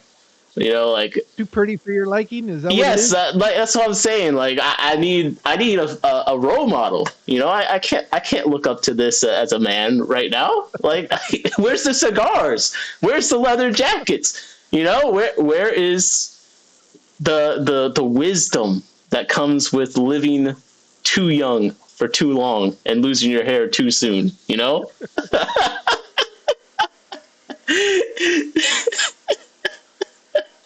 What do you think makes you more of a real, legit, top tier bald person? Like losing your hair early, or like you had your hair for a while, then you lost it, so you really know what it feels like to yeah, I had I don't hair know. and I lost it.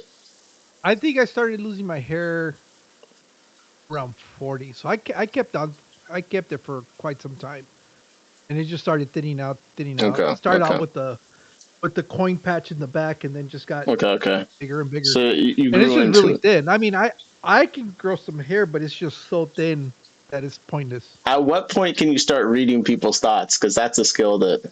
At my point, at my Okay, point, okay. the minute that it looks like the hair is floating on top of the scalp, the wispy little, they're they're forcing it. That they don't want to give up. Anytime light shines and you can see the outline of the skull, you're bald. That's You're bald. hilarious. That's Yeah, if you're hilarious. walking out in the sun and people don't realize you have hair, yeah, you're bald. I used to have an instructor who used to be the sheriff for the county that I used to live in, and he was like that. He in the classroom, he had nice big little set of hair, but the minute he stepped outside, you could see his thoughts. I mean, Okay. the dome was glistening. Now That's that what the that's a hats bald make person. sense, because now the hat is like it's like a privacy. You know, you don't want people to be able to read your thoughts. You know what I mean? You got to put the hat Oh on. yeah, that's what it is. I get it. I get it. That makes sense. That totally makes sense. Yeah, I always get a kick out of people that are afraid to be seen without a hat in public because they don't have any hair. I don't get it. I mean, it's whatever. I wear a hat when I feel like it, and I just don't wear one when I don't. That's all there's to it. I want more of the fedora. I like that. I like the swim. I'll come up with a more original names, but for now, Swim Well, Deanna there's a reason. Jones. There's a reason why my Fishroom Punk has a fedora. Right. All right. Okay. Okay. I used to wear it more often. This year I didn't wear it as much. It was But yeah. I was gonna say I feel like it was hot this year, but then it's been so cold recently. Like I forget what the temperature was like. it's been hot. It was like in the 80s today for Oh, us. I hate you. So Last week it was like negative in 10. Yeah, I wear it when it gets colder outside. It's nice because it'll keep my head warm. Mm. But when it's warm, that's just the wrong hat. I actually have a cowboy hat that I've only worn once So on a live Mexicali, stream. I have a question. So this year, is this the year that you start keeping some different fish? Like, are you gonna start getting into fish again, or are you just gonna? Probably not. No, I have to. Well, that's not true Are you gonna because try and I breed a think. specific fish, or like, No, I'm not breeding. I'm not trying to breed anything at all. what's your I think fish I'm just keeping keeping the goal? snake tanks. Just have nice tanks for right now. Okay.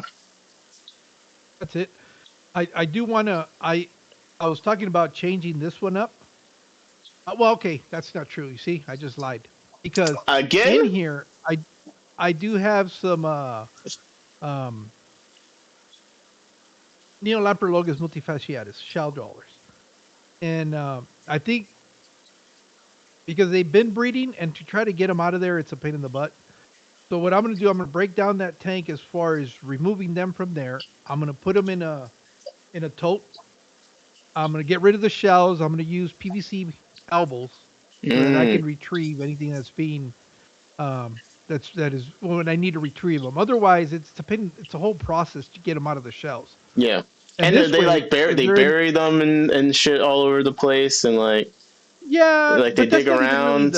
Like, that's not really the issue. The issue is trying to get them out. If I want to sell some of the fish that are in there, trying to get mm, them out, that's where it becomes a problem. It's like an overnight thing because you got to put them in a container of water with an elevated platform, put the shells in there because instinctively when you come to look over it, they're going to swim down. They're not going to swim up into the shells. And mm, then you can scoop them up.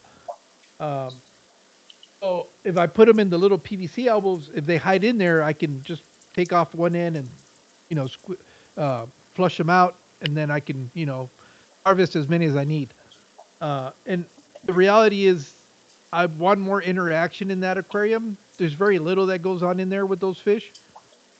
Yeah. So what I want to do is set that up as my tetra tank.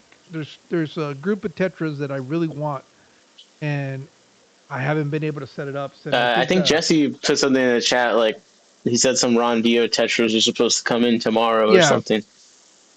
Okay. I think Flowers of Horn says, "Yep, Jorge PVC is the way." I might have to try and do that because I have shell dwellers. I just bapped them. I just started getting a bunch of fry from them, and I would like to be able to like sell them and stuff. Because I remember like last year there was some YouTuber that was saying like, "Oh, you can't give shell dwellers away now. Like they're not worth very much." But at least the last few months, like in my area, the stores They've always done well. the stores seem to be selling a lot of them for retail price, and I really enjoy having them. They're fun fish. They're really fun fish. Yeah, I think I've seen them at retail locally in the stores that I've seen them, no cheaper than $10. Yeah. I Yeah. mean, that's I think that's the cheapest that I've seen them, and I've seen them as high as like 16, $18 per. Yep. So it's like, whoa, shit, they're Yep, really that yep. much? But yeah, so that's what I want to do with that. So the idea is I want to get some Ember Tetras, some Green Fires, and the Von Reels.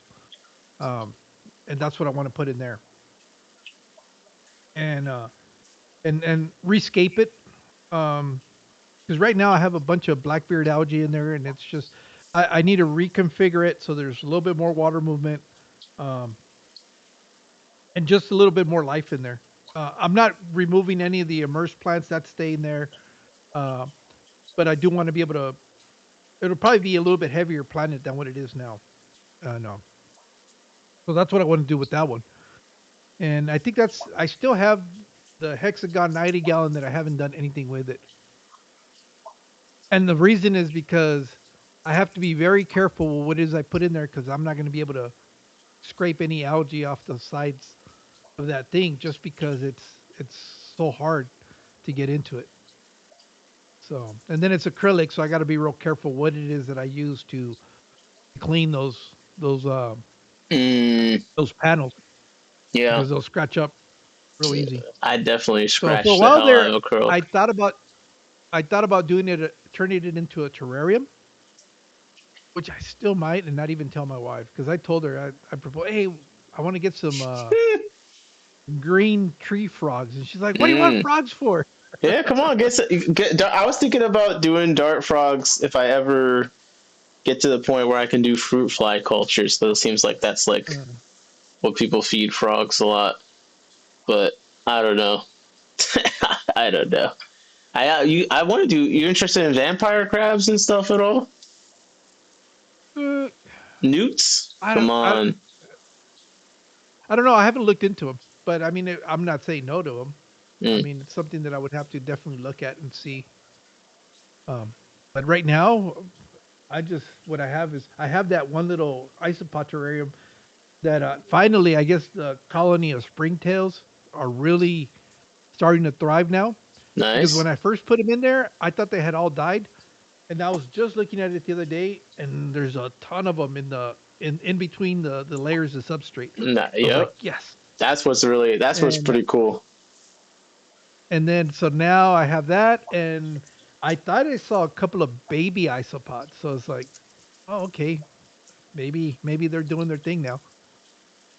That's what I'm talking. See, isopod agenda, Mexicali, let's go. Have you been liking having the isopods? Do you get it? What's that?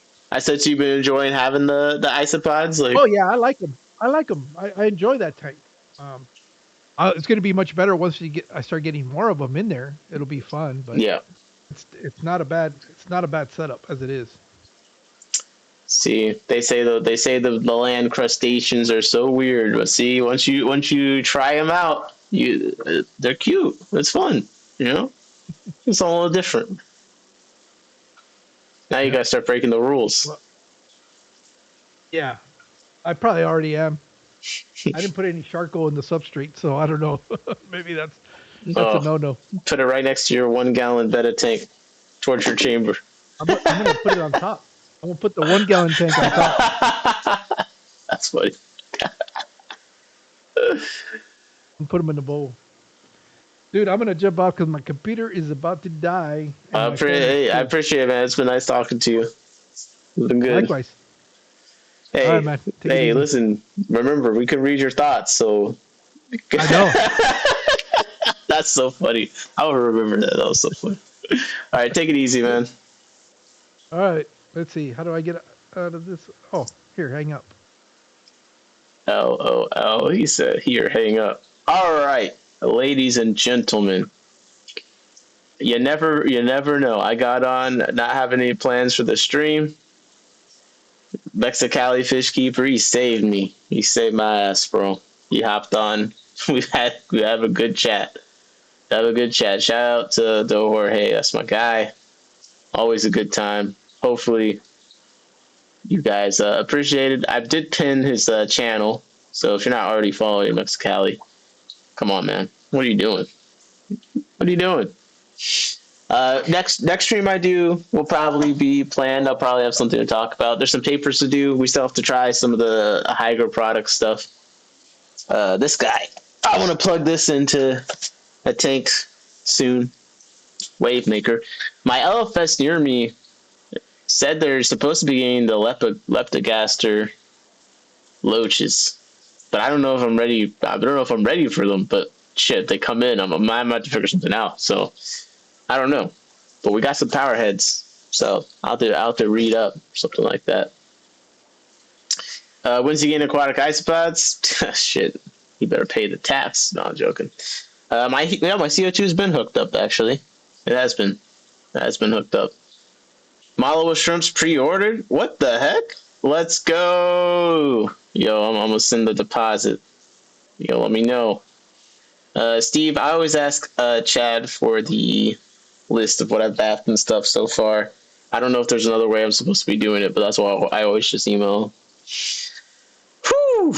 Hardest working fish stream. I found some local importers offering the leptogaster for $25. What the hell?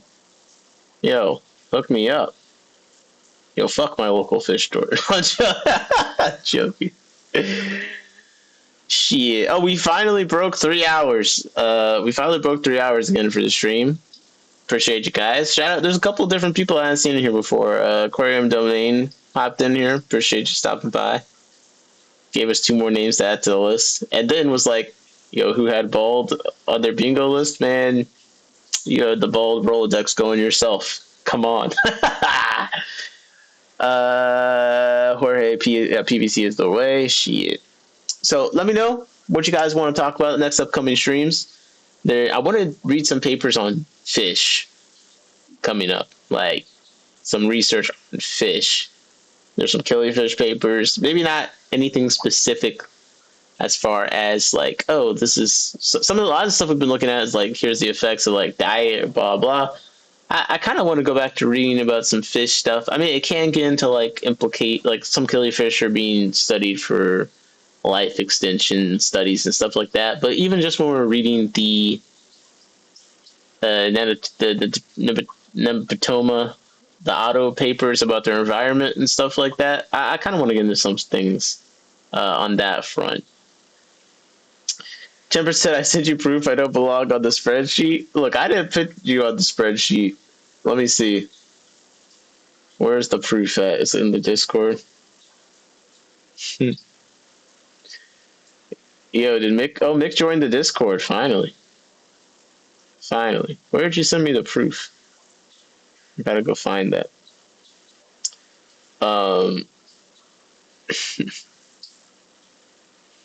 Every time I go on live stream, it's like every time I open up Discord to look for something someone sent me, I always get distracted because usually I've been sent other things. Smart person said there are 2 Mick M's in the Discord now. Oh my gosh. I'll be lurking if not in chat. Time to take care of mom for a few days. Okay. Oh, live on YouTube. You showed me proof live on YouTube. Oh, like in a video? I'm so confused. I don't know if I should be. Killer spontaneous stream, Nick. Appreciate you, JP. Glad you enjoyed it. Listen, I showed up. I showed up for you. Discord. Okay. Live on YouTube Discord. Oh, that's why I would miss it. Hold up.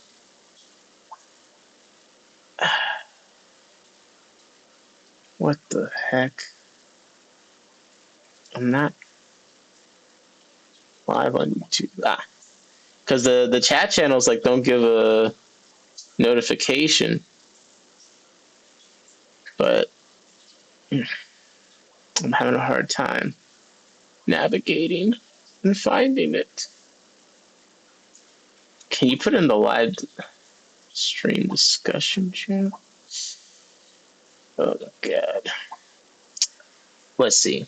Discord won't let me pass the captures to sign up. Yo, JP is an actual bot? JP Jeffries is an AI? He gonna get past the captcha? Oh my god, we got... Wait, okay. I'm trying to find the thing in Discord, but also, like, maybe if you could send it to me as a DM, because I'm clearly confused. But we got Cat Girl made a stream drawing about what was, sometimes she makes a drawing of what happened on stream, and this one is a real banger. Oh, here we go. The Kingmaker. She made Jorge look a lot more friendly. Okay, a lot more friendly going on here. JP Jeffries says interesting. I'm just saying you couldn't get past the captcha. It's a little bit suspicious, JP.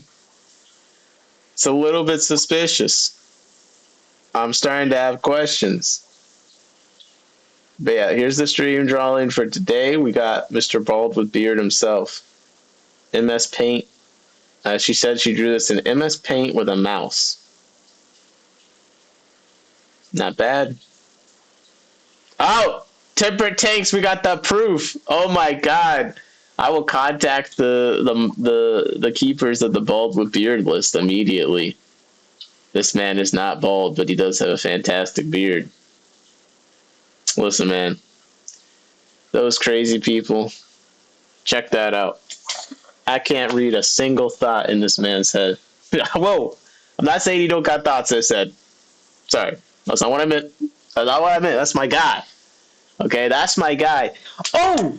Yo, Temperate, now that you're... Have you been here? Bro, I got the Galaris, the Funge. Temperate donated to my Galaris Sponge fund. Now, the thing is, Big Steve ended up gifting me a pair. But I did spend money on my setup for them. So that still went towards the fish, obviously. But let me show you the fish and the fry. I have fry from them. Is that going to be on the thumbnail? That's gold. Oh, I should change the thumbnail. You're right. I should change the thumbnail.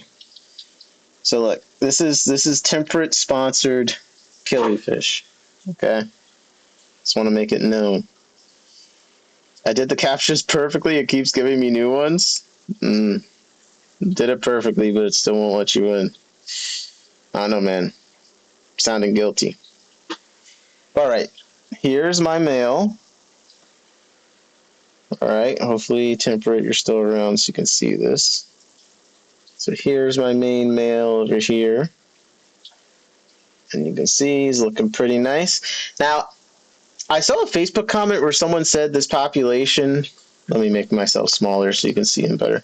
Someone said that, I saw someone say this population was smaller than the low.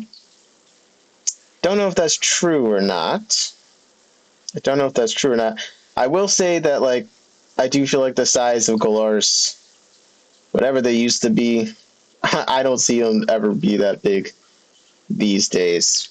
This guy hasn't grown that much in a while.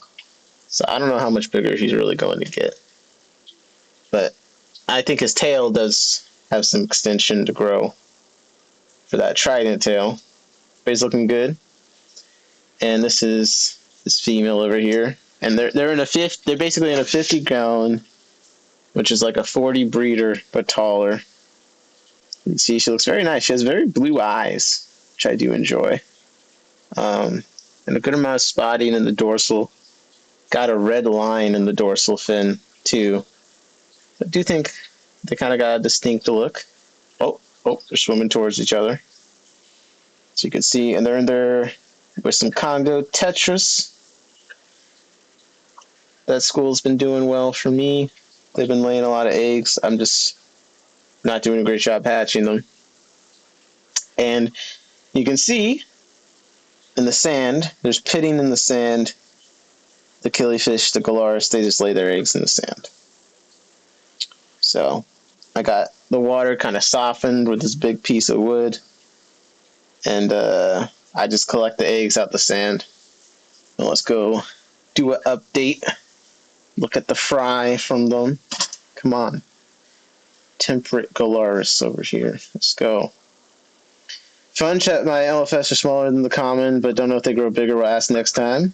Okay, let me know. Temper said they're still a decent size next to the Congos. Yeah, I mean, look, they're still a big killifish. But they're not like 7 inches at this point. So here's where I've been dumping eggs. And recently, the fry have been pretty spottable. I've already started moving them to a 5-gallon. Right now they're in this little cube. It's like an acrylic tank that I was testing out for various things. I've been testing out for aquarium use. And you can see there's 2 right there, actually. I put some microworms in before I started the stream. So they're out and about hunting. I took maybe 20 fry out of here the other day.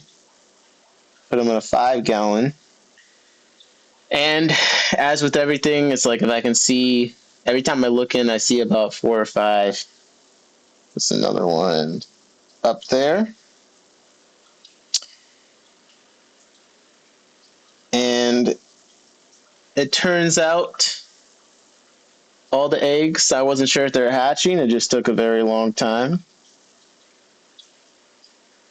I see a 6-inch specimen of common ones at our events. Yeah.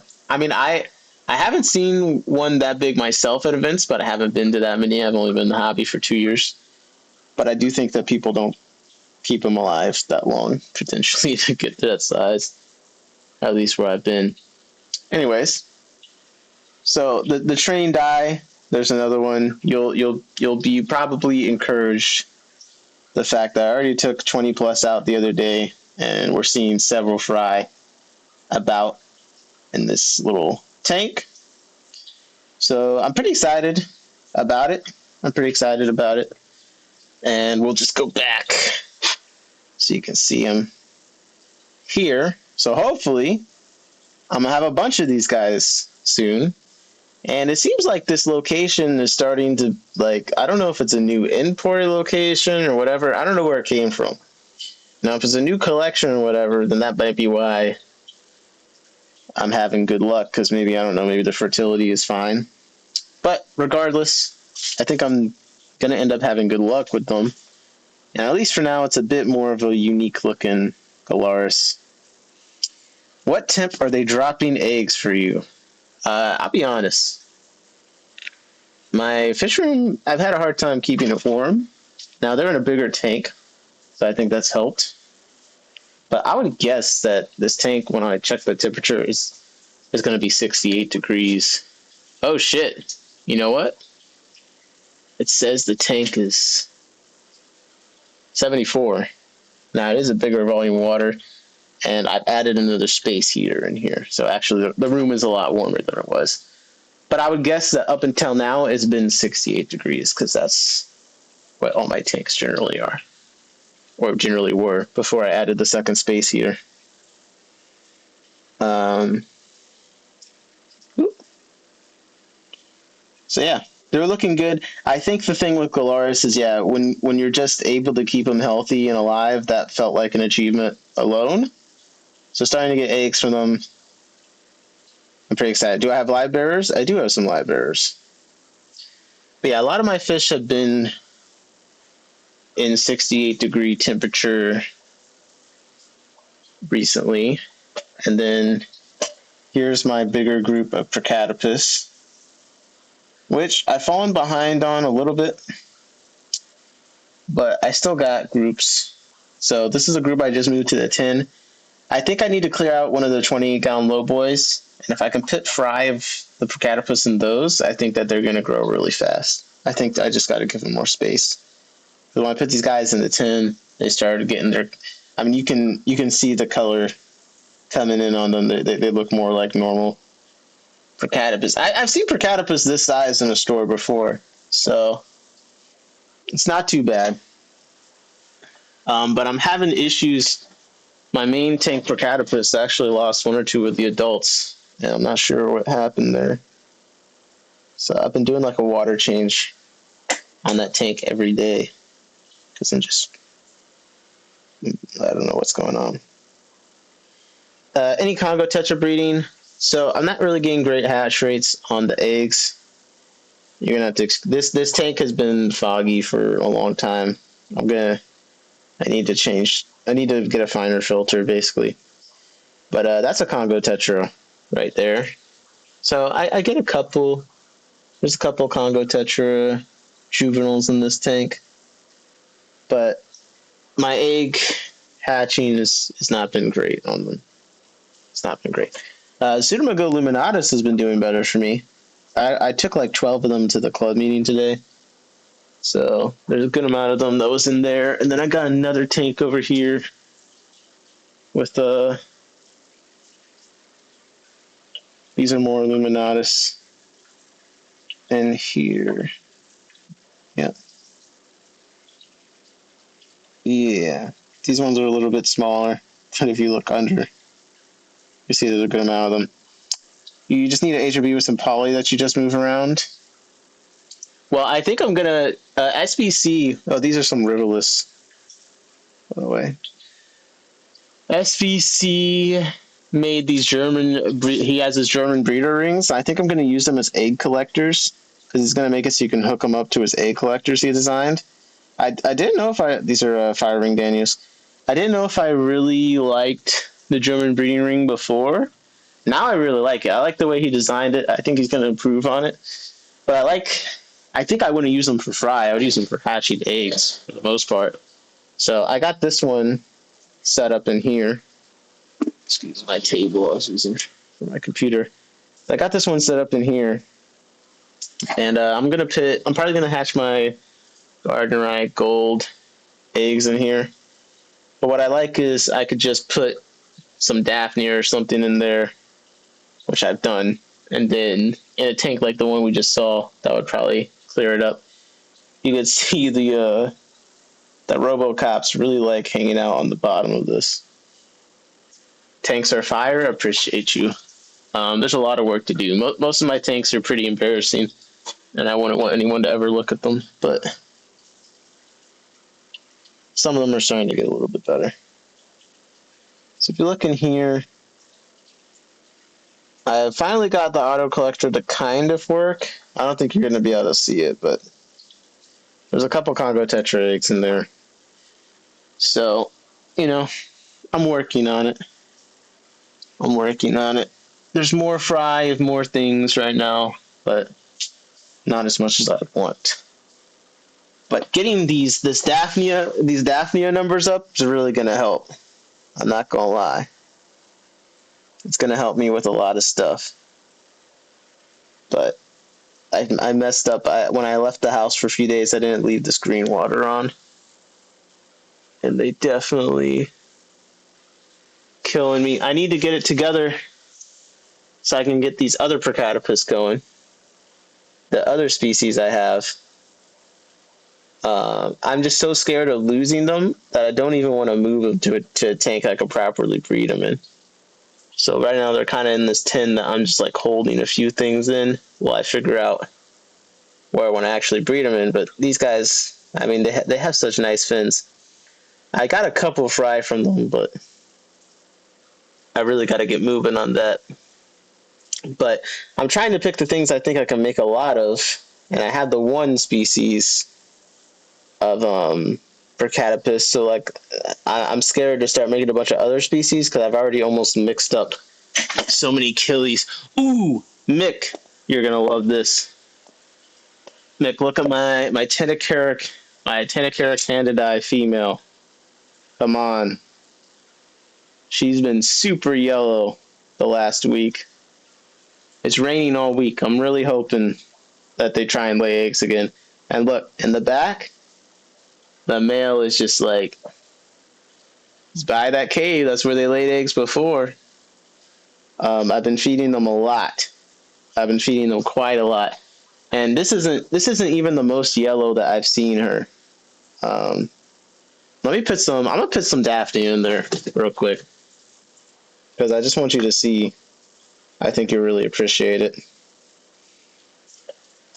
I crashed my Daphnia Pullix working from the 8 that are left. Yeah. I think for me, it's just going to be having some tanks that I turn green, add Daphnia to. Like, embrace the boom bust, you know? Now, I think that I could keep this going if I could just... we've read the papers. You can keep them going, feeding them powdered stuff, like spirulina and things like that. But I think what it's really going to be is just having a big thing of green water that is just always green. And I turned this 10-gallon green within a few days. So I don't think that's a problem. I don't have a problem turning things green. You know what I mean? But you just got to stay on top of it, kind of. So I'm going to get some Daphne. What do you feed? Top 3 foods. Like prepared foods? Or live foods? Because I feel like I got different answers. I think top 3 live foods is going to be, I think Daphnia is going to be a top live food. Any of the micro, like all the, I kind of put the microworms, vinegar, eels, and stuff together. All of them are kind of similar enough to me. Like, look, I got 4 containers that are like this. This is my thing with microworms. They're so easy. All this on the side is just straight up worms. Okay, this is vinegar eels on oats. This is Walter worms. I already fed these today. You know what I mean? So any of the microworms, banana worms, Walter worms, that's got to be in the top 3 because they're so easy. And you have a live food immediately, forever. And it's super simple. Daphnia, the more reading that we're doing, I think Daphnia, they're pretty easy to culture too. And also they're nutritionally superior to a lot of things, including baby brine shrimp. So I think Daphnia is just like a learning curve thing. Like I'm sure there was a time where it was harder to culture microworms. Now it's kind of easy. Everyone got it figured out. I think Daphnia people were all still kind of figuring out how to do it easy. And I say Daphnia, but like I see things like Moina and stuff as being in the similar realm. So I think any of those kind of things, live food wise. So a Daphnia, Moina, microworms, and then white worms. I think white worm, grindleworm. Grindleworm probably would be in my top 3 above white worms just because of size and the fish that I have. White worms are pretty big, and I feel like I could overfeed them easier. So let's say top 3. I'll say any of the microworms, Daphnia, Moina, and then grindleworms. Let's do that. Then for prepared foods, I think I got a lot more testing before I know. I like golden pearls, and I like all the golden pearls pellets of their different sizes. Things eat those. They're high protein. I'm looking for the algae wafer that I love forever. Aquatic Foods Inc. has a lot of foods that intrigue me. The blackworm pellets are kind of hard, but I think I'm going to start soaking them. I think I'm going to start soaking a lot of pellets before I feed them. It might be beneficial. Jacob said, I use spirulina flakes and leaf litter, sometimes peat moss, and they boom. Yeah, that could be good. Do you have those poop sludge worms yet? What do you mean? All right, let's see if this fish gets any more yellow. So what I just did to collect the Daphnia, I don't have like a super intense culture, but this is just from I just for a couple seconds had a net that I ran through where the light was, and you can see that just that a few swishes with the net. And remember, I got the Daphnia. There might be some Moina mixed in here too. I got it from Captain like a week or so ago, and I already like am able to harvest and feed and not notice the difference. So that to me is what makes a good live food.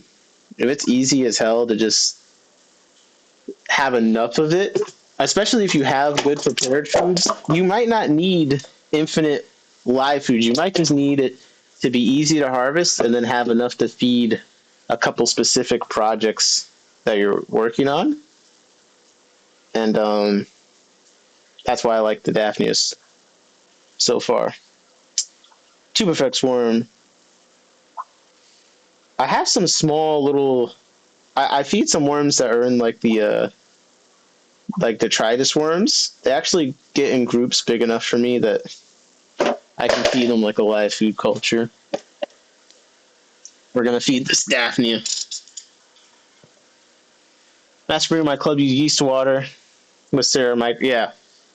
So some of the papers, I think it's like chlorella powder that seems to be one of the better ones. I think it was something like yeast has too many amino acid chains or something, like some of the Daphne and stuff can't.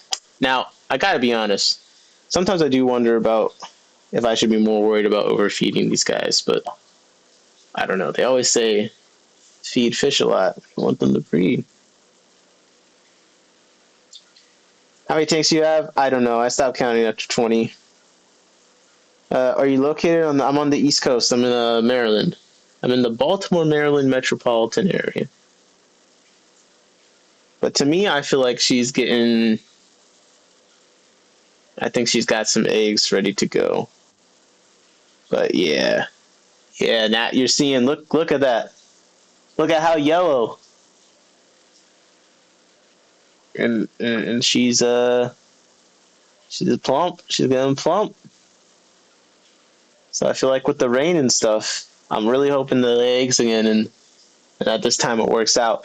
The male, he was looking a little skinny, but again, if you look up pictures of this fish, the males do kind of just look skinny. So I think I was being a little bit paranoid.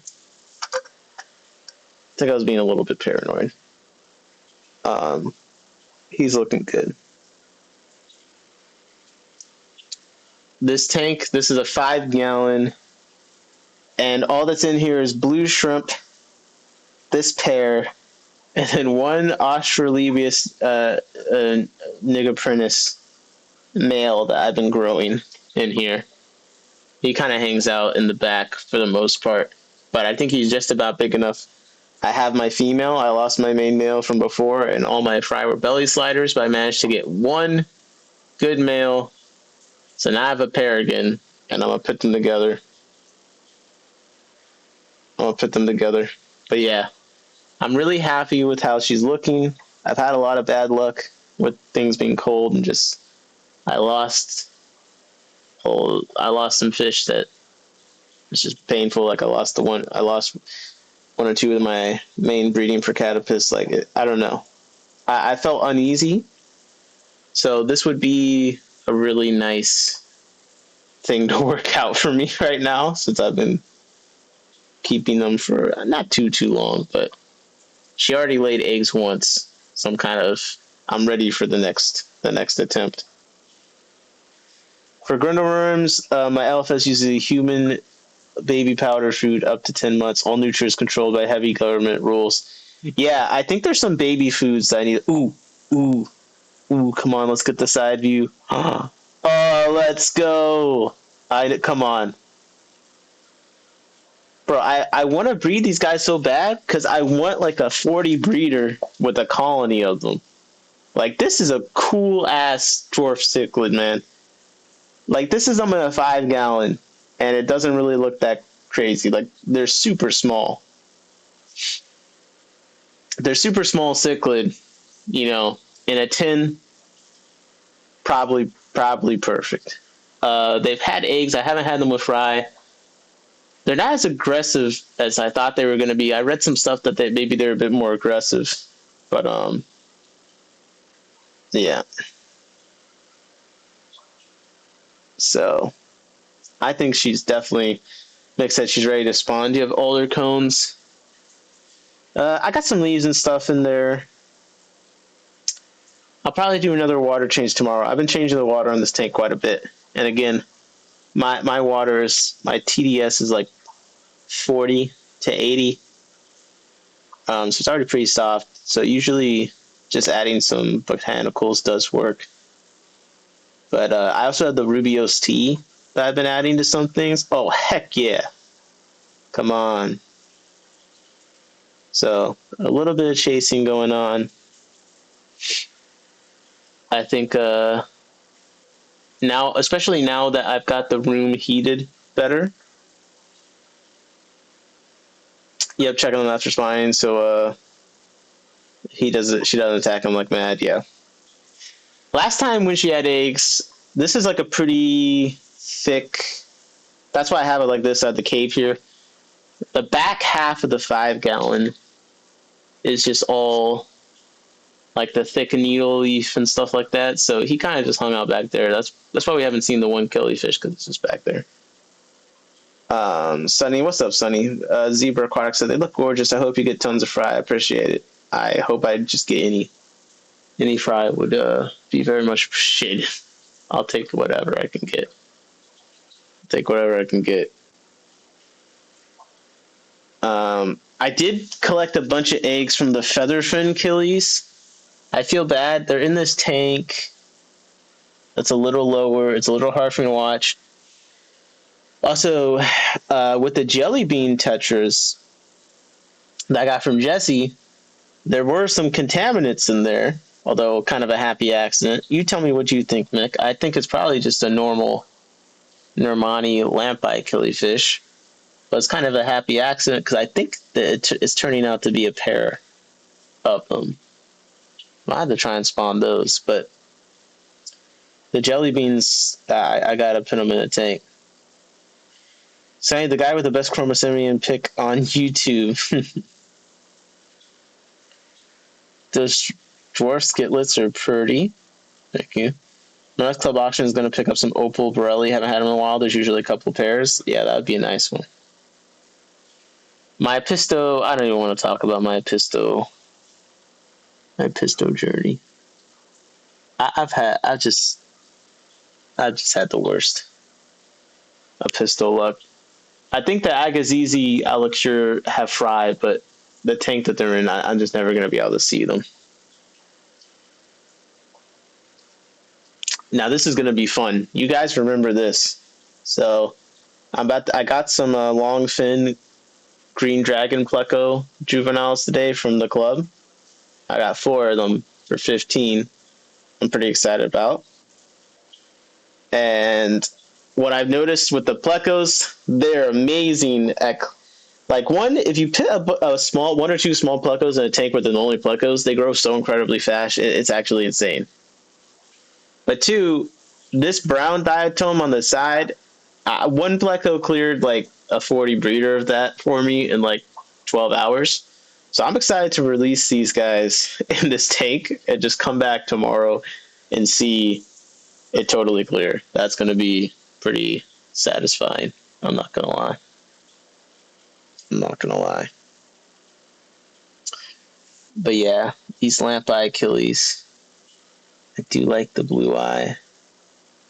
Where's the other one? There's another one in there. I think that's the male. So, I don't know.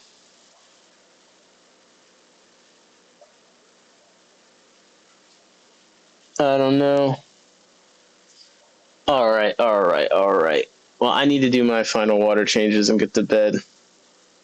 I'm gonna get rid of my Pluckles and Hill Streams and just do Pandagar. Pandagar are they're pretty fun. Pretty fun. They're very active. Very active. And they're not picky. They aren't picky eaters in my experience, so that's one thing I like about them too. But all right.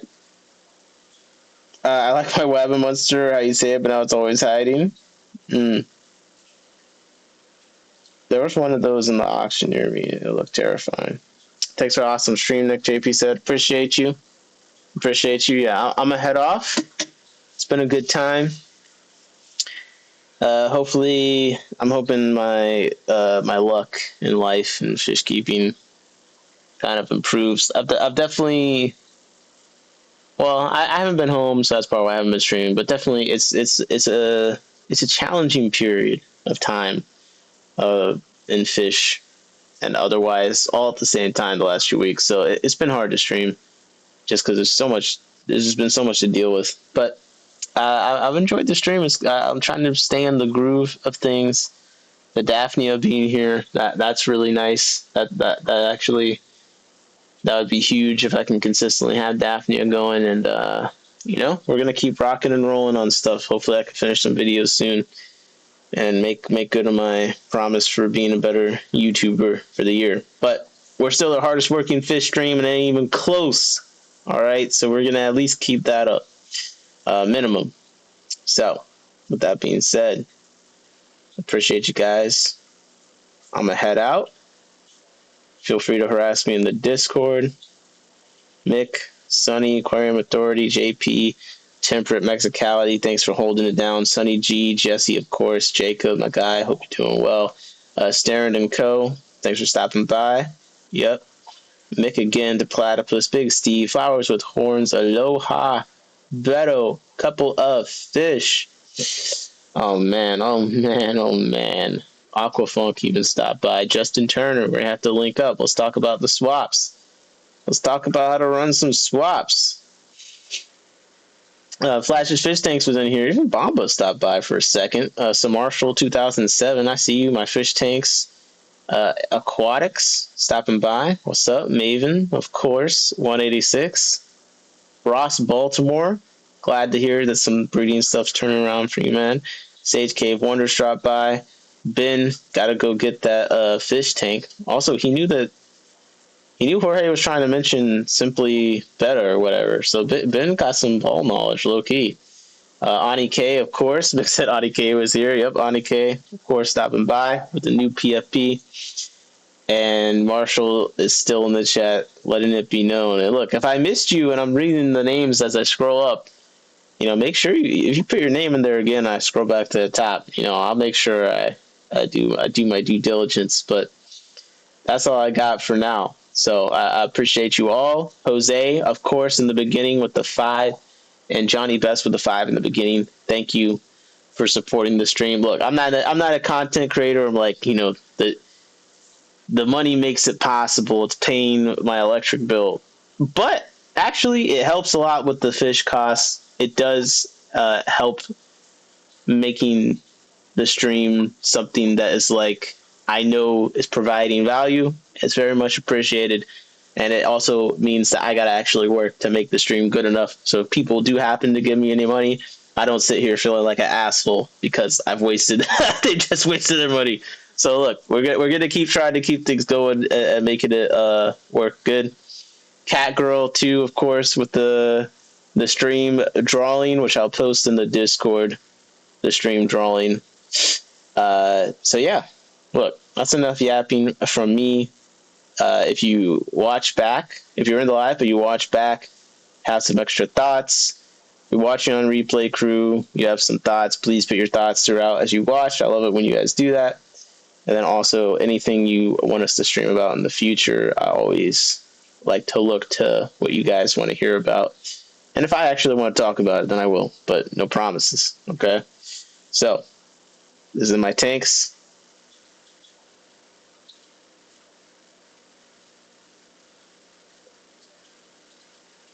And I I will always be out. All right? I'm out. I'm freaking